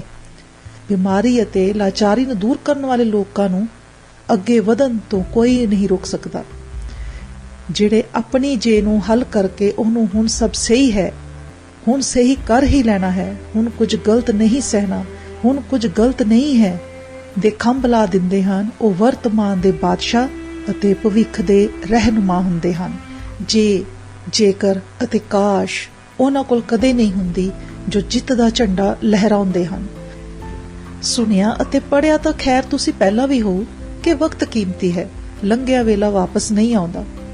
ਮੈਂ ਵੀ ਕਹਿ ਰਿਹਾ ਕਿ ਹਰ ਪਲ ਕੀਮਤੀ ਹੈ, ਸੁਸਤੀ ਨਾ ਪਾਓ। ਆਉਣ ਵਾਲੇ ਵਕਤ ਦਾ ਪਤਾ ਨਹੀਂ ਤੇ ਗਏ ਵਕਤ ਨੇ ਆਉਣਾ ਨਹੀਂ। ਮੈਂ ਵੀ ਕਦੇ ਆਪ ਵਾਂਗ ਸੁਣ ਕੇ ਪੜ੍ਹ ਕੇ ਸਾਰ ਦਿੰਦਾ ਸੀ, ਪਰ ਅਮਲ ਨਹੀਂ ਕਰਦਾ ਸੀ। ਬਹੁਤ ਵਕਤ ਗਵਾਇਆ ਹੈ, ਪਰ ਹੁਣ ਨਹੀਂ ਗਵਾਉਣਾ। ਵਕਤ ਗਵਾਉਣ ਦੀ ਆਦਤ ਹੀ ਸਾਡੇ ਤੋਂ ਕਹਾਉਂਦੀ ਹੈ ਕਿ ਬਸ ਗੁਜ਼ਰੀ ਜਾਂਦੀ ਹੈ। ਸਿਰਫ ਗੁਜ਼ਾਰੋ ਨਾ, ਨਾ ਹੰਡਾਓ। ਜ਼ਿੰਦਗੀ ਬਿਤਾਉਣ ਅਤੇ ਗੁਜ਼ਾਰਨ ਲਈ ਨਹੀਂ ਮਿਲੀ, ਇਹ ਹੰਡਾਉਣ ਨੂੰ ਮਿਲੀ ਹੈ। ਉਦਾਸ ਹੋ ਕੇ, ਦੁੱਖ ਤਕਲੀਫ ਤੋਂ ਅੱਕ ਕੇ, ਕੁਝ ਨਾ ਮਿਲਣ ਕਰਕੇ, ਕੁਝ ਦੇਰੀ ਨਾਲ ਮਿਲਣ ਕਰਕੇ ਹਾਰ ਮੰਨ ਲੈਣਾ ਜਾਂ ਸਿਰਫ ਗੁਜ਼ਾਰਨ ਜਿਹੀ ਲੱਗ ਜਾਣਾ ਜ਼ਿੰਦਗੀ, ਇਹ ਨਾ ਧਰਮ ਹੈ, ਨਾ ਇਹ ਬੰਦਗੀ ਹੈ। ਅਸੀਂ ਜਿਨ੍ਹਾਂ ਅੱਗੇ ਸਿਰ ਝੁਕਾਉਂਦੇ ਹਾਂ, ਜਿਨ੍ਹਾਂ ਦੇ ਨਾਮ ਮਾਣ ਨਾਲ ਲੈਂਦੇ ਹਾਂ, ਜਿਨ੍ਹਾਂ ਦੀ ਕਹਾਣੀਆਂ ਤੇ ਕਥਾਵਾਂ ਸਾਨੂੰ ਪ੍ਰੇਰਦੀਆਂ ਹਨ, ਕਿ ਉਹਨਾਂ ਨੂੰ ਜੀਵਨ ਵਿੱਚ ਸਭ ਕੁਝ ਸਹੀ ਮਿਲਿਆ ਸੀ? ਕਿ ਉਹਨਾਂ ਨੇ ਕੋਈ ਤਕਲੀਫ ਜਾਂ ਤੰਗੀ ਨਹੀਂ ਝੱਲੀ? ਕਿ ਮਹਾਂਪੁਰਖਾਂ, ਫਕੀਰਾਂ, ਗੁਰੂਆਂ, ਪੀਰਾਂ, ਸ਼ਹੀਦਾਂ ਨੇ ਆਪਣੇ ਸੁੱਖ ਚੈਨ ਜਾਂ ਸਕੇ ਸੰਬੰਧੀ ਨਹੀਂ ਗਵਾਏ? ਜੇ ਉਹ ਵੀ ਸਾਡੇ ਵਾਂਗ ਸੋਚਦੇ, ਜੇ ਉਹ ਵੀ ਗੁਜ਼ਾਰ ਲੈਂਦੇ, ਫਿਰ ਜੇ ਉਹ ਵੀ ਸੋਚ ਲੈਂਦੇ ਕਿ ਚਲੋ ਬਸ ਗੁਜ਼ਰੀ ਜਾਂਦੀ ਹੈ, ਫਿਰ ਪੈਦਾ ਤਾਂ ਉਹ ਵੀ ਮਾਂ ਦੇ ਗਰਭ ਵਿੱਚੋਂ ਹੋਏ ਸਨ। ਉਹ ਆਪਣੀ ਸੋਚ ਕਰਕੇ, ਆਪਣੇ ਕਾਰਜਾਂ ਕਰਕੇ, ਹਿੰਮਤ ਦਲੇਰੀ ਕਰਕੇ, ਜ਼ਿੰਦਾ ਦਿਲੀ ਕਰਕੇ ਮਹਾਨ ਹੋਏ। ਜ਼ਿੰਦਗੀ ਦੇ ਆਸ਼ਿਕ ਹੁੰਦੇ ਹਨ ਮਹਾਨ ਲੋਕ। ਮਹਾਨ ਲੋਕ ਸ਼ਿਕਾਇਤਾਂ ਨਹੀਂ ਕਰਦੇ, ਕੁਝ ਕਰਕੇ ਵਿਖਾਉਂਦੇ ਨੇ। ਮਹਾਨ ਲੋਕ ਅਵੇਸਲੇ ਨਹੀਂ ਹੁੰਦੇ। ਗੁਰੂਆਂ, ਪੀਰਾਂ, ਸ਼ਹੀਦਾਂ, ਲੇਖਕਾਂ, ਵਿਗਿਆਨੀਆਂ, ਆਜ਼ਾਦੀ ਘੁਲਾਟੀਆਂ ਤੋਂ ਪਹਿਲਾਂ ਵੀ ਇਹਨਾਂ ਜਿਹੇ ਮਹਾਨ ਲੋਕ ਪੈਦਾ ਹੋਏ ਸਨ। ਜੇ ਉਹ ਇਹ ਸੋਚ ਕੇ ਬਹਿ ਜਾਂਦੇ ਕਿ ਅਸੀਂ ਮਹਾਨ ਨਹੀਂ ਹਾਂ, ਅਸੀਂ ਕੁਝ ਨਹੀਂ ਕਰ ਸਕਦੇ, ਜੇ ਕੁਝ ਵਿਗਿਆਨੀਆਂ ਤੋਂ ਬਾਅਦ ਦੂਜੇ ਵਿਗਿਆਨੀ ਖੋਜ ਨਾ ਕਰਦੇ, ਜੇ ਖੋਜਾਂ ਦਾ ਸਿਲਸਿਲਾ ਜਾਰੀ ਨਾ ਰਹਿੰਦਾ, ਤਾਂ ਕੀ ਅਸੀਂ ਅੱਜ ਦੀ ਸੁੱਖ ਸਹੂਲਤ ਮਾਣ ਸਕਦੇ? ਜੇ ਮੁਗਲਾਂ ਖਿਲਾਫ ਕੁਝ ਹੀ ਮਹਾਨ ਲੜਦੇ, ਕੀ ਅੰਗਰੇਜ਼ਾਂ ਖਿਲਾਫ ਸਿਰਫ ਕੁਝ ਹੀ ਲੜੇ ਸਨ? ਜੇ ਬਾਕੀ ਜੁਝਾਰੂ ਆਵਾਜ਼ ਨਾ ਉਠਾਉਂਦੇ, ਤਾਂ ਕੀ ਅੰਗਰੇਜ਼ ਭਾਰਤ ਨੂੰ ਛੱਡ ਕੇ ਜਾਂਦੇ? ਮਹਾਨ ਲੋਕ ਜ਼ਿੰਦਗੀ ਹਟਾਉਂਦੇ ਨੇ, ਗੁਜ਼ਾਰਦੇ ਨਹੀਂ। ਮਹਾਨ ਲੋਕ ਕਦੇ ਮਹਾਨ ਅਖਵਾਉਣ ਜਾਂ ਪੂਜਾ ਕਰਵਾਉਣ ਲਈ ਕੰਮ ਨਹੀਂ ਕਰਦੇ। ਮਹਾਨ ਲੋਕਾਂ ਨੂੰ ਇਹ ਨਹੀਂ ਹੁੰਦਾ ਕਿ ਅਸੀਂ ਮਹਾਨ ਹਾਂ, ਉਹ ਸਿਰਫ ਇੰਨਾ ਜਾਣਦੇ ਹੁੰਦੇ ਨੇ, ਔਖੇ ਤੇ ਵੱਖਰੇ ਕੰਮ ਮਨੁੱਖ ਨੇ ਹੀ ਕਰਨੇ ਹਨ, ਮਨੁੱਖ ਹੀ ਕਰ ਸਕਦਾ ਹੈ, ਸੋ ਉਹ ਕਰਦੇ ਹਨ ਅਤੇ ਮਹਾਨ ਹੋ ਜਾਂਦੇ ਹਨ। ਮਹਾਨ ਲੋਕ ਸੋਹਣਾ ਅਤੇ ਲੋਕ ਪੱਖੀ ਕਰਨ ਦੀ ਹਿੰਮਤ ਅਤੇ ਕੋਸ਼ਿਸ਼ ਕਰਦੇ ਹਨ। ਚੰਗੇ ਹੁੰਦੇ ਹਨ ਮਹਾਨ ਲੋਕ, ਸੋ ਚੰਗੇ ਲੋਕ ਕਦੇ ਮਹਾਨ ਬਣਨ ਦੀ ਕੋਸ਼ਿਸ਼ ਨਹੀਂ ਕਰਦੇ। ਉਹ ਚੰਗੇ ਕੰਮ ਕਰਦੇ, ਚੰਗੀਆਂ ਕੋਸ਼ਿਸ਼ਾਂ ਨੂੰ ਮਕਸਦ ਦਿੰਦੇ, ਸੁਪਨੇ ਪੂਰਦੇ ਮਹਾਨ ਬਣ ਜਾਂਦੇ ਹਨ। ਜਿਹੜੇ ਸਿਰਫ ਮਹਾਨ ਬਣਨ ਦੀ ਹੀ ਕੋਸ਼ਿਸ਼ ਕਰਦੇ ਹਨ, ਉਹ ਵੱਖਰਾ ਕਰਨ ਦੀ ਕੋਸ਼ਿਸ਼ ਵਿੱਚ ਠੱਗਦੇ ਹਨ। ਜੋ ਫੁੰਕਾਰਦੇ ਹਨ, ਜੋ ਲਤਾੜਦੇ ਹਨ, ਜੋ ਤੜਫਾਉਂਦੇ ਹਨ, ਜੋ ਸਤਾਉਂਦੇ ਹਨ, ਉਹ ਮਹਾਨ ਬਣ ਹੀ ਨਹੀਂ ਪਾਉਂਦੇ, ਬਣ ਹੀ ਨਹੀਂ ਸਕਦੇ। ਉਹ ਬੰਦੇ ਹਨ ਅੰਧ ਵਿਸ਼ਵਾਸੀ, ਰਾਖਸ਼, ਲੁਟੇਰੇ, ਡਾਕੂ, ਕਾਤਲ, ਬਲਾਤਕਾਰੀ, ਗੱਦਾਰ, ਠੱਗ, ਚੋਰ ਤੇ ਅੱਤਵਾਦੀ। ਮਹਾਨ ਲੋਕ ਕਿਸੇ ਇੱਕ ਵਕਤ ਵਿੱਚ ਹੀ ਮਹਾਨ ਨਹੀਂ ਹੁੰਦੇ। ਚੰਗੀ ਸੋਚ ਦੀ ਨਿਸ਼ਚਿਤ ਉਮਰ ਨਹੀਂ ਹੁੰਦੀ। ਜੇ ਅਸੀਂ ਆਪਾਂ ਕੀ ਲੈਣਾ ਕਹਿ ਕੇ ਪਾਸਾ ਵੱਟ ਕੇ, ਅੱਖਾਂ ਮੀਚ ਕੇ, ਕੰਨ ਵਲੇਟ ਕੇ, ਅਵੇਸਲੇ ਹੋ ਕੇ, ਕਿਸਮਤ ਨੂੰ ਦੋਸ਼ ਦੇ ਕੇ ਬਿਨਾਂ ਕੋਸ਼ਿਸ਼ਾਂ ਤੋਂ ਹੀ ਜ਼ਿੰਦਗੀ ਗੁਜ਼ਾਰਦੇ ਰਹਾਂਗੇ ਤਾਂ ਅਸੀਂ ਮਾਂ ਦੀਆਂ ਉਹਨਾਂ ਪੀੜਾ ਤਕਲੀਫਾਂ ਦਾ ਮਜ਼ਾਕ ਉਡਾਵਾਂਗੇ ਜੋ ਉਸਨੇ ਸਾਨੂੰ ਪੈਦਾ ਕਰਨ ਵੇਲੇ ਝੱਲੀਆਂ ਸਨ।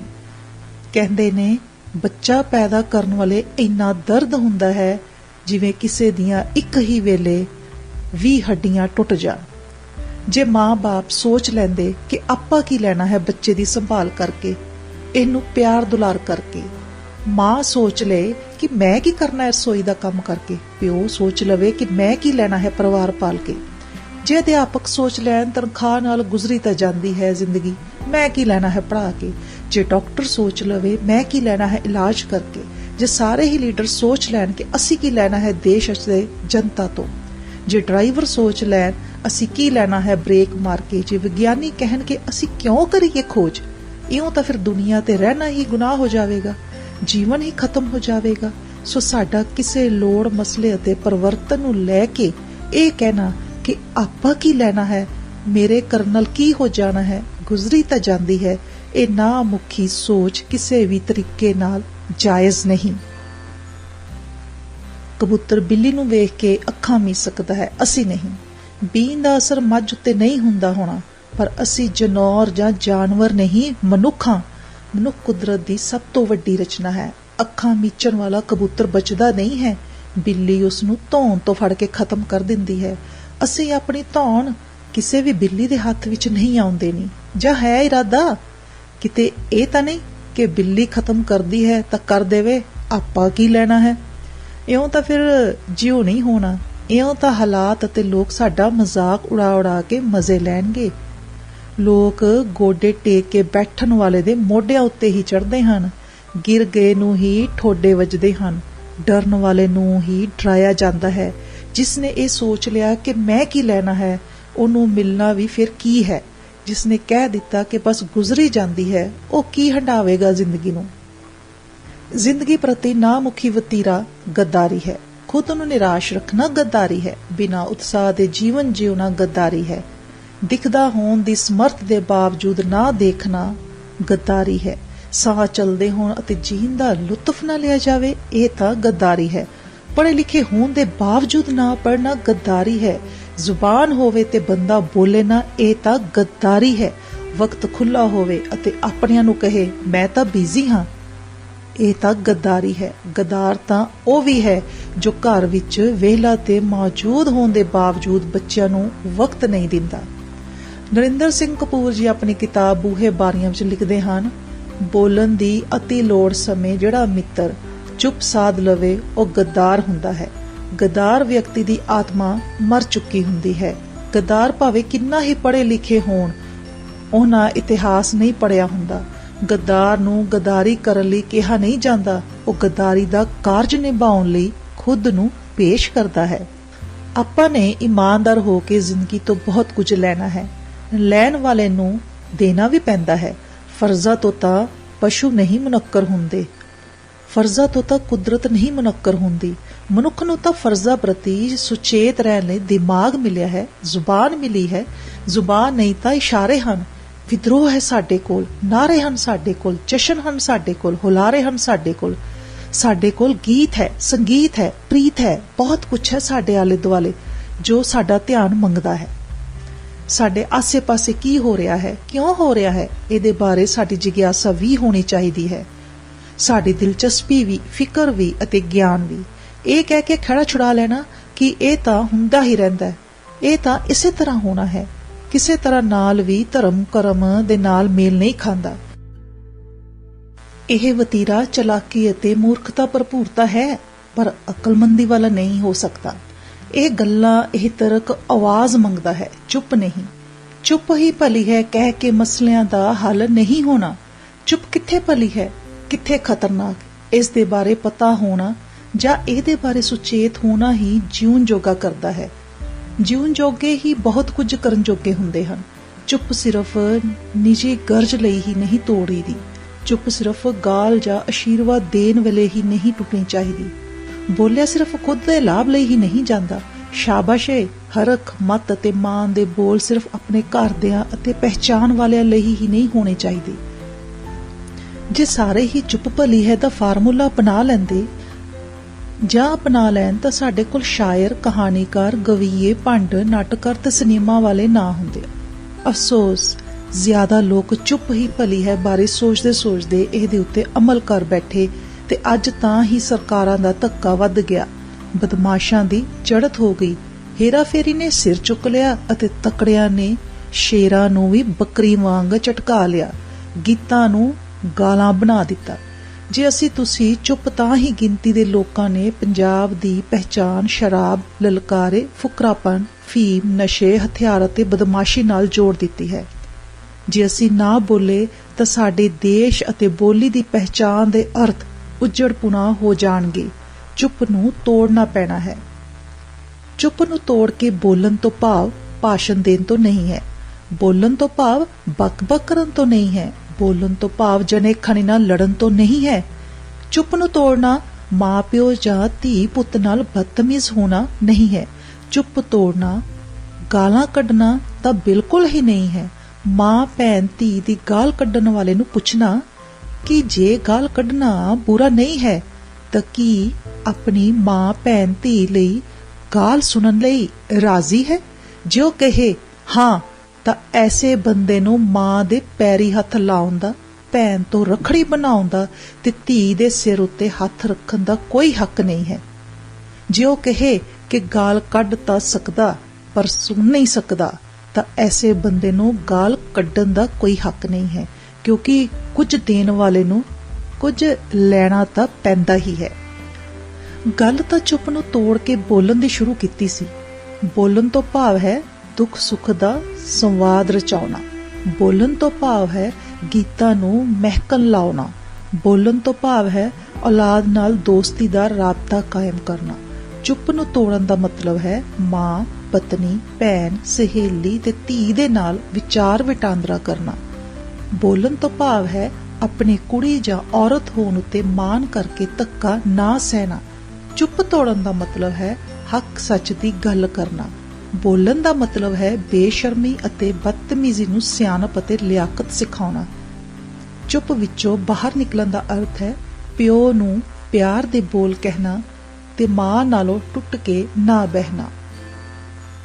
ਬੋਲਣ ਦਾ ਮਤਲਬ ਹੈ ਦਿਲ ਦੀ ਕਹਿਣਾ। ਬੋਲਣ ਦਾ ਅਰਥ ਹੈ ਬੁਰੇ ਦਾ ਵਿਰੋਧ ਕਰਨਾ, ਚੰਗੇ ਨੂੰ ਸ਼ਾਬਾਸ਼ ਦੇਣਾ। ਬੋਲਣ ਦਾ ਮਤਲਬ ਹੈ ਕਿਤਾਬਾਂ ਕੋਲੋਂ ਵਿਚਾਰ ਲੈਣਾ। ਚੁੱਪ ਤੋੜਨ ਦਾ ਮਤਲਬ ਹੈ ਕਿਤਾਬਾਂ ਵਿੱਚੋਂ ਸਿੱਖੇ ਹੋਏ ਨੂੰ ਅਮਲੀ ਰੂਪ ਦੇਣਾ। ਬੋਲਣ ਦਾ ਮਤਲਬ ਹੈ ਘਰਾਂ ਨੂੰ ਚੁੱਪ ਵਿੱਚੋਂ ਕੱਢਣਾ। ਘਰਾਂ ਵਿੱਚ ਗੱਲਬਾਤ ਦਾ ਮਾਹੌਲ ਬਣਾਈ ਰੱਖਣ ਵਾਲੇ ਲੋਕ ਸਮਾਜ ਵਿੱਚ ਵੀ ਸੋਹਣਾ ਸੰਵਾਦ ਰਚਾਉਂਦੇ ਹਨ। ਪਰਿਵਾਰ ਨਾਲ ਬੁਰੇ ਭਲੇ ਦੀ ਚਰਚਾ ਕਰਦੇ ਰਹਿਣ ਵਾਲੇ ਘਰ ਤੋਂ ਬਾਹਰ ਵੀ ਭਲੇ ਦੇ ਨਾਲ ਖੜਦੇ ਅਤੇ ਬੁਰੇ ਦੇ ਸਾਹਮਣੇ ਡਟਦੇ ਹਨ। ਧੀ ਪੁੱਤਰ ਦਾ ਮਿੱਤਰ ਕਿਸੇ ਦਾ ਵੀ ਦੁਸ਼ਮਣ ਨਹੀਂ ਹੁੰਦਾ। ਜਿਹੜਾ ਘਰ ਵਿੱਚ ਬੁੱਲ ਸਿਉਂ ਕੇ ਰੱਖਦਾ ਹੈ, ਘਰ ਤੋਂ ਬਾਹਰ ਉਹਦੀ ਕੋਈ ਵੀ ਗੱਲ ਅਸਰ ਨਹੀਂ ਕਰੇਗੀ। ਅਫਸੋਸ, ਘਰਾਂ ਵਿੱਚ ਵੀ ਲੋੜ ਜੋਗਾ ਨਹੀਂ ਬੋਲਦੇ ਅਸੀਂ ਲੋਕ। ਪਰ ਉਮੀਦ ਨਹੀਂ ਮੁੱਕੀ। ਚੁੱਪ ਰਹਿਣ ਦੀ ਸਹੁੰ ਪਾ ਕੇ ਜਾਗਦੇ ਹੀ ਸੁੱਤੇ ਮੇਰੇ ਲੋਕ ਉੱਠਣਗੇ, ਜਾਗਣਗੇ। ਦੀਵਾ ਜਾਗੂਗਾ, ਲਾਟ ਮਗੂਗੀ। ਸਾਡੇ ਪੰਜਾਬ ਦਾ ਮਾਨਮੱਤਾ ਸ਼ਾਇਰ ਹੈ ਸੁਰਜੀਤ ਪਾਤਰ। ਉਹ ਲਿਖਦੇ ਨੇ ਆਪਣੀ ਕਿਤਾਬ ਬਿਰਖ ਅਰਜ ਕਰੇ ਵਿੱਚ, ਮੇਰੇ ਮਨ ਵਿੱਚ ਖੌਫ ਬਹੁਤ ਨੇ, ਥੋੜੀ ਥੋੜੀ ਆਸ ਵੀ ਹੈ।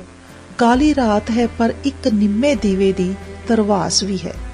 ਹੋ ਸਕਦਾ ਹੈ ਚੁੱਪ ਦੀ ਹਾਮੀ ਭਰਨ ਵਾਲੇ ਜਾਂ ਚੁੱਪ ਰਹਿਣ ਦੇ ਆਦੀ ਮੇਰੀਆਂ ਗੱਲਾਂ ਨੂੰ ਫੋਕਾ ਭਾਸ਼ਣ ਸਮਝ ਕੇ ਪੜਨਾ ਬੰਦ ਕਰ ਦੇਣ, ਜਾਂ ਹੀ ਕਰਕੇ ਸਾਰ ਦੇਣ, ਜਾਂ ਮੈਨੂੰ ਵੱਡਾ ਆ ਸਮਾਜ ਸੁਧਾਰਕ ਦਾ ਤਮਗਾ ਦੇਣ, ਜਾਂ ਮੈਨੂੰ ਮਿਲਣ ਤੇ ਕਹਿਣ ਰਾਣੇ ਟੈਨਸ਼ਨ ਨਾ ਲੈ, ਇਹੋ ਜਿਹੀਆਂ ਗੱਲਾਂ ਦੀ ਰੱਬ ਸਭ ਦੇਖਦਾ। ਕਿਉਂਕਿ ਅਕਸਰ ਅਸੀਂ ਇਹ ਸਵਾਦ ਸੁਣਦੇ ਹਾਂ ਕਿ ਰੱਬ ਸਭ ਦੇਖਦਾ।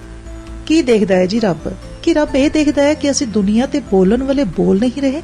ਕਿ ਰੱਬ ਇਹ ਦੇਖਦਾ ਹੈ ਕਿ ਅਸੀਂ ਫਸਲਾਂ ਉੱਤੇ ਜ਼ਹਿਰ ਛਿੜਕ ਰਹੇ ਹਾਂ?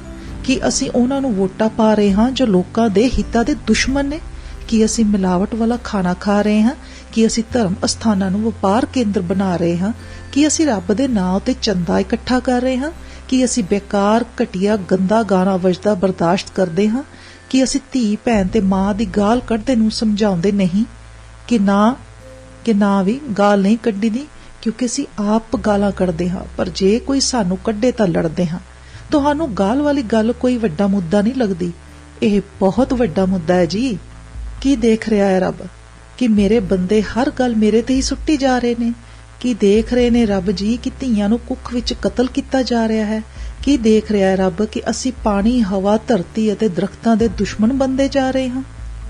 ਤਨਵੀਰ ਦੀ ਅਨੁਵਾਦ ਕੀਤੀ ਲੈਂਗਸਟਨ ਹਿਊ ਦੀ ਕਵਿਤਾ ਪੜ੍ਹੀ ਸੀ ਈਸ਼ਵਰ, ਉਹ ਤੁਹਾਡੇ ਨਾਲ ਸਾਂਝੀ ਕਰਦਾ ਹਾਂ। ਇੱਕ ਗੱਲ ਦੱਸਿਓ, ਤੁਸੀਂ ਕਵਿਤਾ, ਕਹਾਣੀ, ਨਾਵਲ, ਨਾਟਕ ਜਾਂ ਲੇਖ ਪੜ੍ਹਦੇ ਹੋ? ਜੇ ਨਹੀਂ ਪੜ੍ਹਦੇ ਤਾਂ ਇਹ ਕੋਈ ਵਧੀਆ ਗੱਲ ਨਹੀਂ, ਬਲਕਿ ਖੁਦ ਨਾਲ ਧੋਖਾ ਕਰਨ ਵਾਲੀ ਗੱਲ ਹੈ। ਤੁਹਾਨੂੰ ਪਤਾ ਹੈ ਸ਼ਹੀਦ ਭਗਤ ਸਿੰਘ ਅਤੇ ਉਸ ਦੇ ਸਾਥੀ ਕਿਤਾਬਾਂ ਨੂੰ ਹੀ ਅਸਲੀ ਮਿੱਤਰ ਮੰਨਦੇ ਸਨ। ਫਾਂਸੀ ਚੜ੍ਹਨ ਤੋਂ ਕੁਝ ਦੇਰ ਪਹਿਲਾਂ ਭਗਤ ਸਿੰਘ ਜੀ ਲੈਨਿਨ ਦੀ ਕਿਤਾਬ ਪੜ੍ਹ ਰਹੇ ਸਨ। ਭਗਤ ਸਿੰਘ ਹੋਰੀ ਲਿਖਦੇ ਵੀ ਬਹੁਤ ਕਮਾਲ ਦਾ ਸਨ। ਤੁਸੀਂ ਪੜ੍ਹੀ ਹੈ ਉਹਨਾਂ ਦੀ ਕੋਈ ਲਿਖਤ? ਜਗਮੋਹਨ ਸਿੰਘ ਦੀ ਸੰਪਾਦਿਤ ਕੀਤੀ ਕਿਤਾਬ ਪੜ੍ਹਨਾ, ਸ਼ਹੀਦ ਭਗਤ ਸਿੰਘ ਅਤੇ ਉਹਨਾਂ ਦੇ ਸਾਥੀਆਂ ਦੀਆਂ ਲਿਖਤਾਂ। ਅੱਛਾ, ਕਵਿਤਾ ਪੜ੍ਹੋ ਲੈਂਗਸਟਨ ਹਿਊ ਦੀ।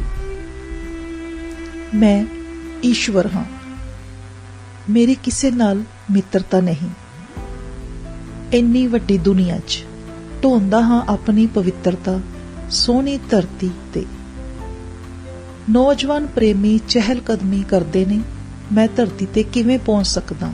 ਮੈਂ ਤਾਂ ਈਸ਼ਵਰ ਹਾਂ। ਉੱਠੋ, ਜੀਵਨ ਪ੍ਰੇਮ ਹੈ, ਪ੍ਰੇਮ ਹੀ ਜੀਵਨ ਹੈ। ਈਸ਼ਵਰ ਅਤੇ ਤਨਹਾ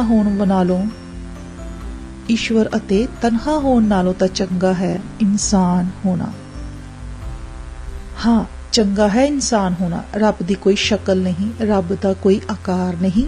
ਰੱਬ ਸ਼ਕਲ ਆਕਾਰ ਤੋਂ ਮੁਕਤ ਹੈ, ਪਰ ਉਸਨੇ ਸਾਨੂੰ ਸਭ ਦਿੱਤਾ ਹੈ। ਸਾਡਾ ਆਕਾਰ ਹੈ, ਸਾਡੇ ਕੋਲ ਮਾਂ ਦੇ ਗਰਭ ਵਿੱਚੋਂ ਮਿਲੀਆਂ ਤੇ ਕੁਦਰਤ ਦੀਆਂ ਦਿੱਤੀਆਂ ਬਹੁਤ ਸ਼ਕਤੀਆਂ ਹਨ। ਵੇਖਣ ਦੀ, ਸੁੰਘਣ ਦੀ, ਸਪਰਸ਼ ਦੀ, ਸਵਾਦ ਲੈਣ ਦੀ, ਤੁਰਨ ਦੀ, ਬੈਠਣ ਦੀ, ਖੜਨ ਦੀ, ਪੜ੍ਹਨ ਦੀ, ਬੋਲਣ ਦੀ, ਸੁਣਨ ਦੀ। ਇੰਨਾ ਕੁਝ ਹੈ ਸਾਡੇ ਕੋਲ, ਫਿਰ ਕਿਉਂ ਸਿੱਟੀਏ ਰੱਬ ਤੇ ਗੱਲ ਕਿ ਰੱਬ ਸਭ ਕੁਝ ਦੇਖਦਾ ਹੈ? ਕਿ ਰੱਬ ਨੇ ਸਾਨੂੰ ਦੇਖਣ ਲਈ ਅੱਖਾਂ ਨਹੀਂ ਦਿੱਤੀਆਂ? ਜਿਨ੍ਹਾਂ ਨੂੰ ਅੱਖਾਂ ਨਹੀਂ ਦਿੱਤੀਆਂ ਉਹ ਆਪਣੇ ਅੰਦਰ ਦੀ ਨਜ਼ਰ ਨਾਲ ਸੁਜਾਖਿਆਂ ਨਾਲੋਂ ਵੱਧ ਵੇਖਦੇ ਨੇ। ਉਹ ਨਹੀਂ ਕਹਿੰਦੇ ਕਿ ਰੱਬ ਸਭ ਦੇਖਦਾ ਹੈ। ਮੈਂ ਉਹਨਾਂ ਕਈ ਸੱਜਣਾਂ ਨੂੰ ਮਿਲਿਆ ਹਾਂ ਜਿਨ੍ਹਾਂ ਕੋਲ ਅੱਖਾਂ ਦੀ ਰੋਸ਼ਨੀ ਨਹੀਂ, ਪਰ ਉਹਨਾਂ ਦੇ ਦਿਮਾਗ ਰੋਸ਼ਨ ਹਨ। ਜੋ ਸਾਨੂੰ ਦਿਖਾਈ ਦਿੰਦਾ ਹੈ ਉਹੀ ਰੱਬ ਨੂੰ ਦਿਖਾਈ ਦਿੰਦਾ ਹੈ। ਰੱਬ ਕੋਲ ਜੇ ਸਰੀਰ ਹੋਵੇ, ਜ਼ੁਬਾਨ ਹੋਵੇ, ਉਮਰ ਹੋਵੇ ਤਾਂ ਉਹ ਜ਼ਰੂਰ ਦੇਖੇ ਤੇ ਬੋਲੇ। ਉਹ ਸਾਡੇ ਤੁਹਾਡਿਆਂ ਸਾਰਿਆਂ ਵਿੱਚ ਹੈ। ਉਹ ਵੇਖਣਾ, ਸੁਣਨਾ, ਬੋਲਣਾ ਚਾਹੁੰਦਾ ਹੈ। ਉਹਦੀ ਚਾਹਤ ਨੂੰ ਖੰਭ ਦਿਓ। ਰੱਬ ਨੂੰ ਆਪਣੀ ਕਮਜ਼ੋਰੀ ਅਤੇ ਲਾਲਚ ਦੇ ਯੱਬ ਵਿੱਚ ਦਬਾ ਕੇ ਤੇ ਲੁਕੋ ਕੇ ਨਾ ਰੱਖੋ। ਰੱਬ ਨੂੰ ਜਗਾਈ ਰੱਖੋ। ਮਨੁੱਖ ਦਾ ਜਾਗਣਾ ਹੀ ਰੱਬ ਦਾ ਜਾਗਣਾ ਹੈ। ਮਨੁੱਖ ਦਾ ਬੋਲਣਾ, ਸੁਣਨਾ, ਪੜ੍ਹਨਾ, ਗੱਲਾਂ ਕਰਨਾ ਹੀ ਰੱਬ ਦਾ ਹੈ। ਹੋ ਰੱਬ ਮੜੀਆਂ ਮਸਾਨਾ, ਉਚਾਨਾ, ਨਿਵਾਨਾ, ਜੰਗਲ, ਭੋਰਿਆਂ, ਡੇਰਿਆਂ, ਸਮਾਨਾਂ ਵਿੱਚ ਆਸਣ ਲਗਾਈ ਨਹੀਂ ਬੈਠਾ ਹੈ। ਰੱਬ ਟੂਣਿਆਂ ਵਿੱਚ ਨਹੀਂ ਹੈ। ਰੱਬ ਪੁੱਠੇ ਲਟਕਣ ਵਿੱਚ ਨਹੀਂ ਹੈ। ਰੱਬ ਕੱਟੜਤਾ ਵਿੱਚ ਨਹੀਂ ਹੈ। ਰੱਬ ਊਚ ਨੀਚ, ਜਾਤ ਪਾਤ, ਸੂਚ ਜੂਠ ਵਿੱਚ ਤਾਂ ਬਿਲਕੁਲ ਹੀ ਨਹੀਂ ਹੈ। ਜੇ ਰੱਬ ਗੈਬੀ ਸ਼ਕਤੀ, ਸਰਬ ਕਲਾ ਸਮਰਥ ਹੈ ਤਾਂ ਉਹ ਮਨੁੱਖ ਅਤੇ ਕੁਦਰਤ ਦਾ ਮਿੱਤਰ ਹੋਣ ਵਿੱਚ ਹੈ। ਰੱਬ ਸਾਫ਼ ਪਾਣੀਆਂ ਵਿੱਚ ਹੈ, ਸ਼ੁੱਧ ਹਵਾ 'ਚ ਹੈ। ਰੱਬ ਬਿਰਖਾਂ ਦੀ ਛਾਂ ਵਿੱਚ ਹੈ, ਬਿਰਖ ਲਾਉਣ ਵਾਲਿਆਂ ਦੇ ਮੋਹ ਵਿੱਚ ਹੈ, ਹਿੰਮਤ ਦਲੇਰੀ ਵਿੱਚ ਹੈ, ਮੁਹੱਬਤ ਵਿੱਚ ਹੈ, ਭਾਈਚਾਰੇ ਵਿੱਚ ਹੈ, ਆਜ਼ਾਦੀ ਵਿੱਚ ਹੈ, ਨਿਰਭੈ ਵਿੱਚ ਹੈ, ਨਿਰਵੈਰ ਵਿੱਚ ਹੈ, ਸ਼ਬਦ ਵਿੱਚ ਹੈ, ਸੁਥਰੇ ਸੰਗੀਤ ਵਿੱਚ ਹੈ, ਇਮਾਨਦਾਰੀ ਵਿੱਚ ਹੈ। ਰੱਬ ਧੀ ਭੈਣ ਦੀ ਆਜ਼ਾਦੀ ਅਤੇ ਕਦਰ ਵਿੱਚ ਹੈ। ਰੱਬ ਮਨੁੱਖ ਦੀ ਤਰੱਕੀ, ਭਲਾਈ, ਸੁੱਖ ਸਹੂਲਤ ਲਈ ਕੁਝ ਨਵਾਂ ਖੋਜ ਰਹਿਣ ਵਿੱਚ ਹੈ। ਰੱਬ ਸ਼ਬਦ ਵਿੱਚ ਹੈ। ਰੱਬ ਚੰਗੀਆਂ ਕਿਤਾਬਾਂ ਵਿੱਚ ਹੈ। ਰੱਬ ਆਤਮ ਵਿਸ਼ਵਾਸ ਹੈ। ਰੱਬ ਤਰਕ ਨਾਲ ਸਫ਼ਰ ਕਰਦਾ ਹੈ। ਰੱਬ ਆਜ਼ਾਦ ਸੋਚ ਵਿੱਚ ਹੈ। ਰੱਬ ਕਰਮ ਕਾਂਡ ਤੋਂ ਮੁਕਤ ਹੈ। ਰੱਬ ਈਰਖਾ ਵਿੱਚ ਤਾਂ ਸਮਾ ਹੀ ਨਹੀਂ ਸਕਦਾ। ਰੱਬ ਪਖੰਡੀ ਦਾ ਬੂਹਾ ਖੜਕਾ ਹੀ ਨਹੀਂ ਸਕਦਾ। ਰੱਬ ਸਪੀਕਰਾਂ ਦਾ ਰੌਲਾ ਹੰਢਾ ਨਹੀਂ ਸਕਦਾ। ਰੱਬ ਆਪਣੇ ਨਾਂ ਉੱਤੇ ਪੈਸਾ ਕਮਾ ਨਹੀਂ ਸਕਦਾ। ਰੱਬ ਪੈਸੇ ਜਾਂ ਤੋਹਫੇ ਭੇਟਾਂ ਲੈ ਕੇ ਕੰਮ ਕਰਾ ਨਹੀਂ ਸਕਦਾ। ਰੱਬ ਸਭ ਦੇਖਦਾ ਹੈ। ਅਸੀਂ ਤਾਂ ਕਹਿੰਦੇ ਹਾਂ ਕਿਉਂਕਿ ਰੱਬ ਹਰ ਮਨੁੱਖ ਵਿੱਚ ਹੈ। ਆਓ ਮਨੁੱਖ ਨੂੰ ਰੱਬ ਵਾਂਗ ਦੇਖੀਏ।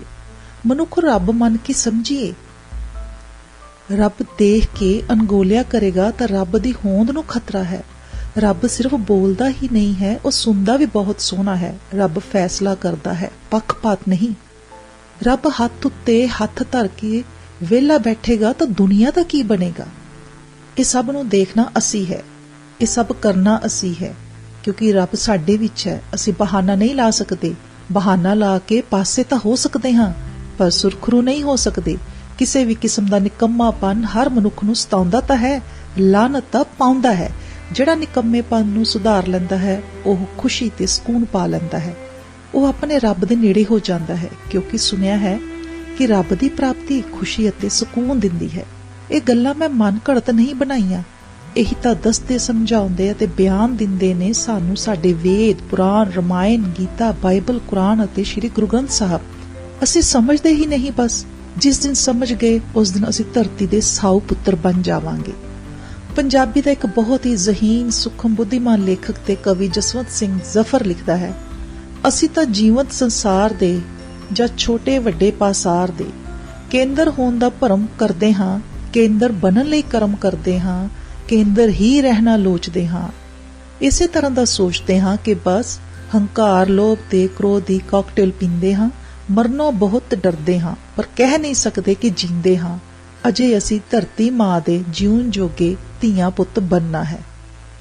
ਪਰ ਅਸੀਂ ਜਿਉਣ ਜੋਗੇ ਧੀਆਂ ਪੁੱਤ ਬਣਨ ਦੀ ਜਗ੍ਹਾ ਬਹੁਤੀ ਵਾਰ ਮੋਏ ਜਿਹੇ ਵਤੀਰੇ ਨਾਲ ਆਪਣੀ ਕਿਸਮਤ ਨੂੰ ਦੋਸ਼ ਦੇ ਕੇ, ਕੋਸ਼ਿਸ਼ ਦੇ ਬਲਬ ਬੰਦ ਕਰਕੇ ਨਿਰਾਸ਼ਾ ਦੇ ਹਨੇਰੇ ਵਿੱਚ ਚੌਂਕੜੀ ਮਾਰ ਕੇ ਬਹਿ ਜਾਂਦੇ ਹਾਂ। ਚੌਂਕੜੀ ਮਾਰ ਕੇ ਬੈਠਣ ਨਾਲ ਸਫ਼ਰ ਤੈਅ ਨਹੀਂ ਹੁੰਦੇ। ਕਿਸਮਤ ਨੂੰ ਆਕਸੀਜਨ ਮੰਨ ਕੇ ਟੈਨਸ਼ਨ ਦੇ ਸਾਹ ਲੈਣ ਵਾਲੇ ਖੁਸ਼ੀਆਂ ਅਤੇ ਪ੍ਰਾਪਤੀਆਂ ਦੀ ਉਮਰ ਨਹੀਂ ਹੰਢਾਉਂਦੇ। ਮੇਰੀ ਤਾਂ ਕਿਸਮਤ ਹੀ ਖਰਾਬ ਹੈ, ਉਹ ਚੰਗੇ ਭਾਗਾਂ ਵਾਲਾ ਹੈ, ਸਾਡੇ ਤਾਂ ਲੇਖ ਹੀ ਮਾੜੇ ਨੇ। ਇਹ ਸ਼ਬਦਾਂ ਦੀ ਵਰਤੋਂ ਜ਼ਿੰਦਗੀ ਵਿੱਚ ਹਰ ਕੋਈ ਕਰਦਾ ਹੈ, ਕੋਈ ਵੱਧ ਤੇ ਕੋਈ ਘੱਟ। ਕਈ ਸਾਰੀ ਉਮਰ ਇਹ ਡਾਇਲੌਗ ਬੋਲਦੇ ਹੀ ਬਿਨਾਂ ਕੁਝ ਹਾਸਿਲ ਕੀਤੇ ਜਹਾਨ ਤੋਂ ਕੂਚ ਕਰ ਜਾਂਦੇ ਨੇ।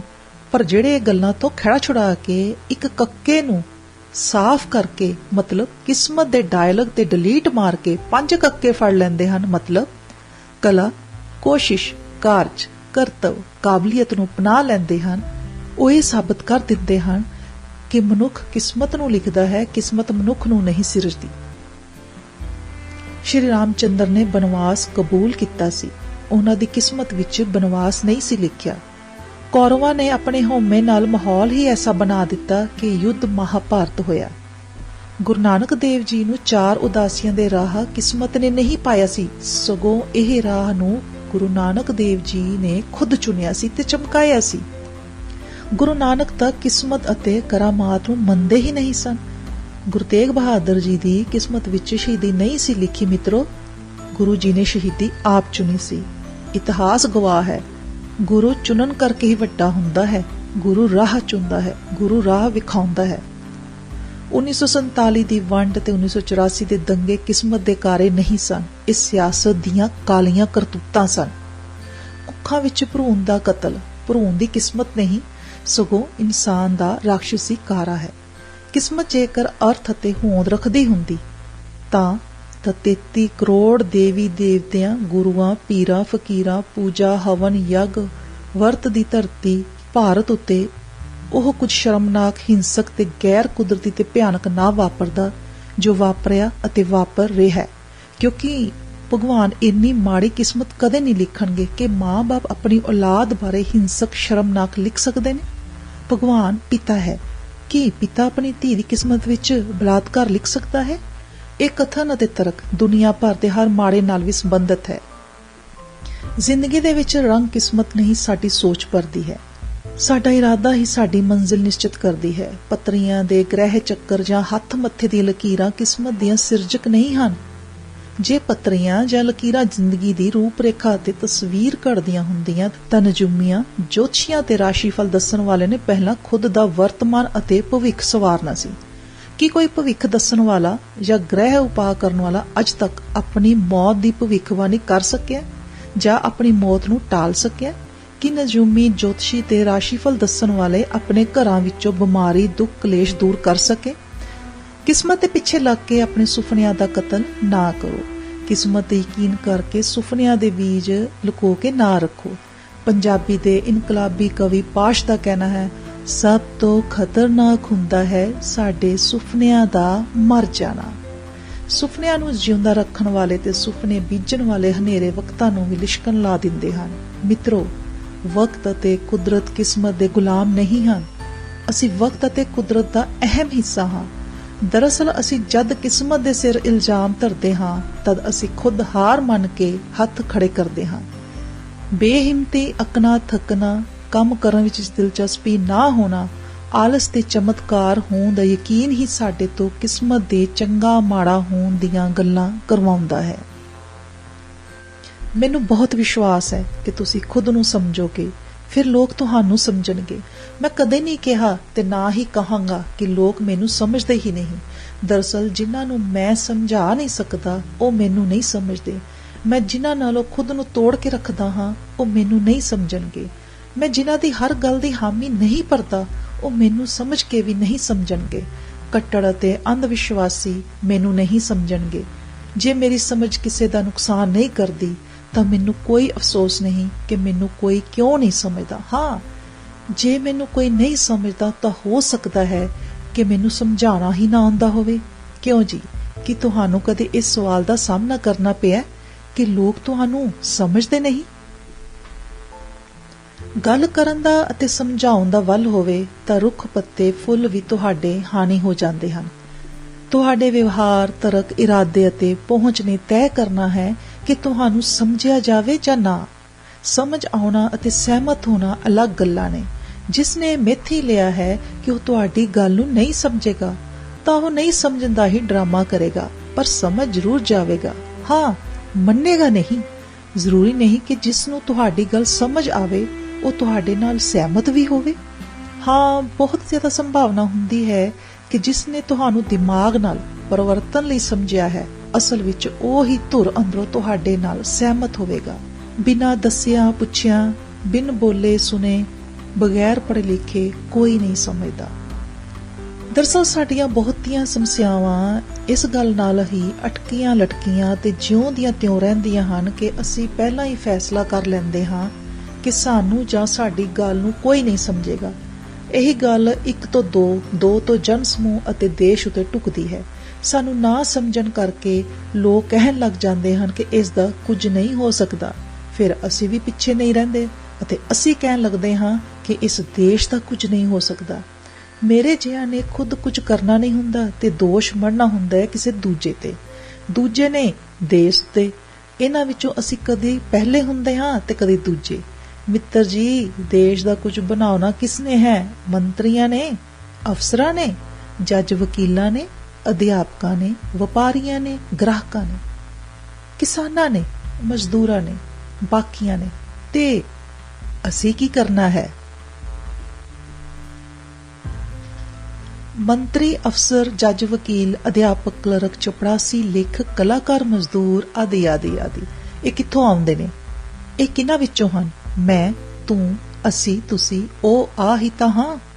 ਇਹ ਸਭ ਜੇ ਮੈਂ ਜਾਂ ਤੁਸੀਂ ਕੁਝ ਨਹੀਂ ਕਰਦੇ, ਜੇ ਅਸੀਂ ਗੈਰ ਜ਼ਿੰਮੇਵਾਰ ਹਾਂ ਤਾਂ ਫਿਰ ਸਾਡਾ ਤੇ ਸਾਡੇ ਦੇਸ਼ ਦਾ ਬੜਾ ਕੁਝ ਬਣ ਸਕਦਾ ਹੈ ਜੇ ਅਸੀਂ ਜਵਾਬਦੇਹ, ਜ਼ਿੰਮੇਵਾਰ, ਸਮਰਪਿਤ, ਸੁਧਾਰਕ, ਪ੍ਰਬੰਧਕ, ਸੰਜੀਦਾ ਅਤੇ ਸਿਆਣੇ ਹੋ ਜਾਈਏ।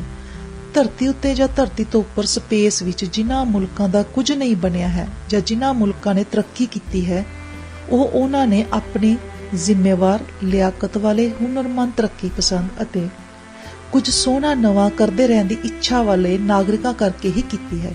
ਸਾਡੇ ਦੇਸ਼ ਦੀਆਂ ਵੀ ਅਨੇਕਾਂ ਗੌਰਵਮਈ ਪ੍ਰਾਪਤੀਆਂ ਸੋਹਣੀ ਸੋਚ ਵਾਲੇ ਨਾਗਰਿਕਾਂ ਕਰਕੇ ਹੀ ਹਨ।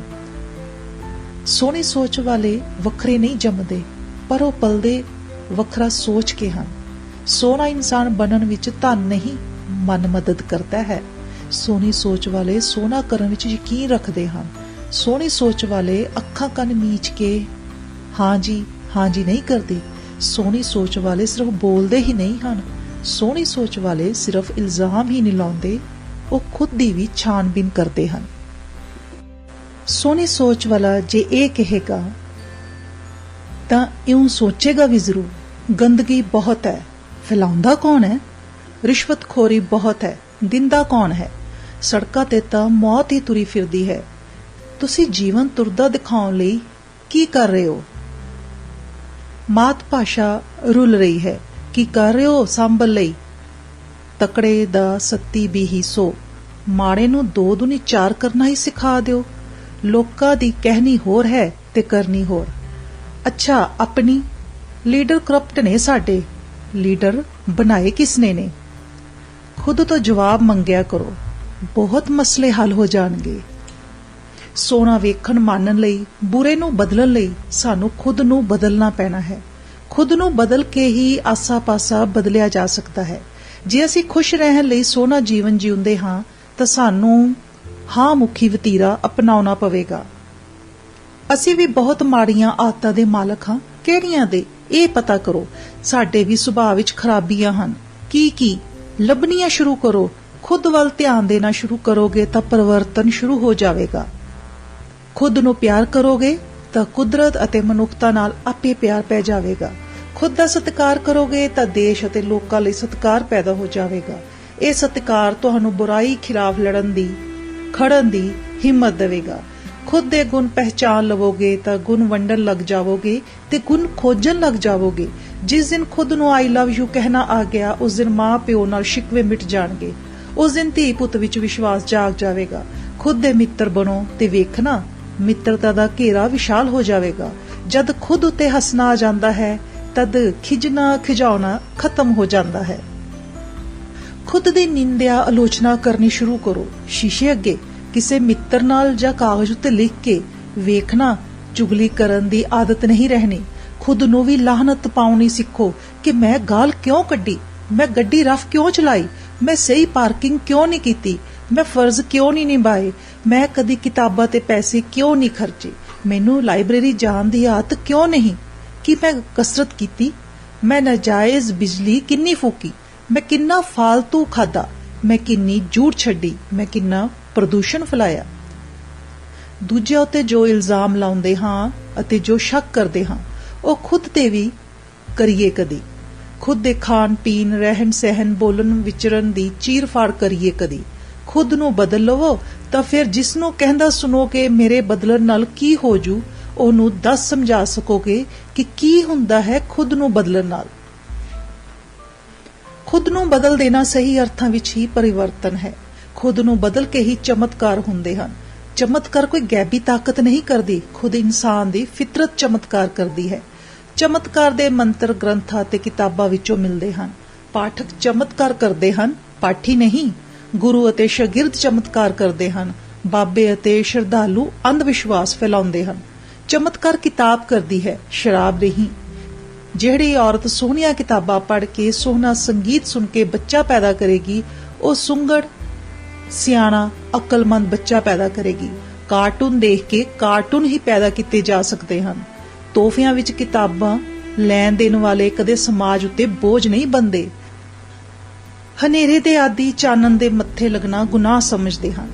ਚਾਨਣ ਦੇ ਆਸ਼ਿਕ ਜਦ ਦਲੇਰੀ ਨਾਲ ਹਨੇਰੇ ਵਿੱਚੋਂ ਦੀ ਲੰਘਦੇ ਹਨ ਤਾਂ ਰੋਸ਼ਨੀ ਕਰਦੇ ਜਾਂਦੇ ਹਨ। ਚਾਨਣ ਦਿਮਾਗ ਦੀ ਬੱਤੀ ਜਗਾਉਣ ਨਾਲ ਮਿਲਦਾ ਹੈ, ਦਿਮਾਗ ਦੀ ਬੱਤੀ ਗਿਆਨ ਨਾਲ ਜਾਗਦੀ ਹੈ, ਗਿਆਨ ਸਿਆਣਿਆਂ ਦੀ ਸੋਹਬਤ ਅਤੇ ਕਿਤਾਬਾਂ ਦਾ ਸਾਥ ਨਾਲ ਮਿਲਦਾ ਹੈ। ਜਿਵੇਂ ਰੋਸ਼ਨੀ ਜਾਂ ਚਾਨਣ ਦੀ ਲੋੜ ਹਰ ਕਿਸੇ ਨੂੰ ਹਰ ਉਮਰ ਵਿੱਚ ਹੁੰਦੀ ਹੈ, ਉਵੇਂ ਹੀ ਗਿਆਨ ਦੀ ਲੋੜ ਹਰ ਉਮਰ ਵਿੱਚ ਹੁੰਦੀ ਹੈ। ਗਿਆਨ ਦੀ ਲੋੜ ਸਿਰਫ ਜਮਾਤਾਂ ਪਾਸ ਕਰਨ ਲਈ ਜਾਂ ਡਿਗਰੀਆਂ ਹਾਸਲ ਕਰਨ ਦੀ ਲਈ ਨਹੀਂ ਹੁੰਦੀ। ਕਿਤਾਬਾਂ ਅਸਲੀ ਇਨਸਾਨ ਬਣਾ ਦਿੰਦੀਆਂ ਹਨ। ਅਸਲੀ ਇਨਸਾਨ ਹੀ ਰੱਬ ਦਾ ਬੰਦਾ ਹੁੰਦਾ ਹੈ। ਸ਼ੁਭ ਕਾਮਨਾ ਕਰਦੇ ਹਾਂ ਪਰਿਵਰਤਨ ਹੋਵੇ ਸਭ ਕੁਝ ਚੰਗੇ ਲਈ। ਇਸ ਦੇ ਨਾਲ ਹੀ ਆਪਣੀ ਇੱਕ ਕਵਿਤਾ ਸਾਂਝੀ ਕਰਦਾ ਹੋਇਆ ਆਗਿਆ ਲੈਂਦਾ ਹਾਂ। ਖੁਸ਼ਬੂ, ਮੁਹੱਬਤ, ਵਫਾ, ਵਕਤ ਸਿਰਫ ਲੈਣ ਦੇ ਹੀ ਰਾਹ ਨਾ ਪੈ, ਅੱਗੇ ਵੰਡਣੇ ਵੀ ਸਿੱਖ। ਮਜ਼ਾ, ਲੁਤਫ, ਮਸਤੀ, ਹਕੂਮਤ ਗੱਲਾਂ ਹੀ ਨਾ ਕਰ, ਦੂਜਿਆਂ ਦੇ ਹਿੱਸੇ ਵੀ ਲਿਖ। ਖਾਣ ਪੀਣ, ਪਹਿਨਣ ਟਹਿਲਣ ਉੱਤੇ ਹੀ ਪੈਸੇ ਨਾ ਖਰਚ, ਕਿਤਾਬਾਂ ਉੱਤੇ ਵੀ ਲਾ। ਪੂਜਾ ਪਾਠ ਵਰਤ ਸ਼ਰਧਾ ਕਰੀ ਜਾ, ਪਰ ਧਰਤ ਰੁੱਖ ਪਾਣੀ ਹਵਾ ਨਾਲ ਵੀ ਯਾਰੀ ਪਾ।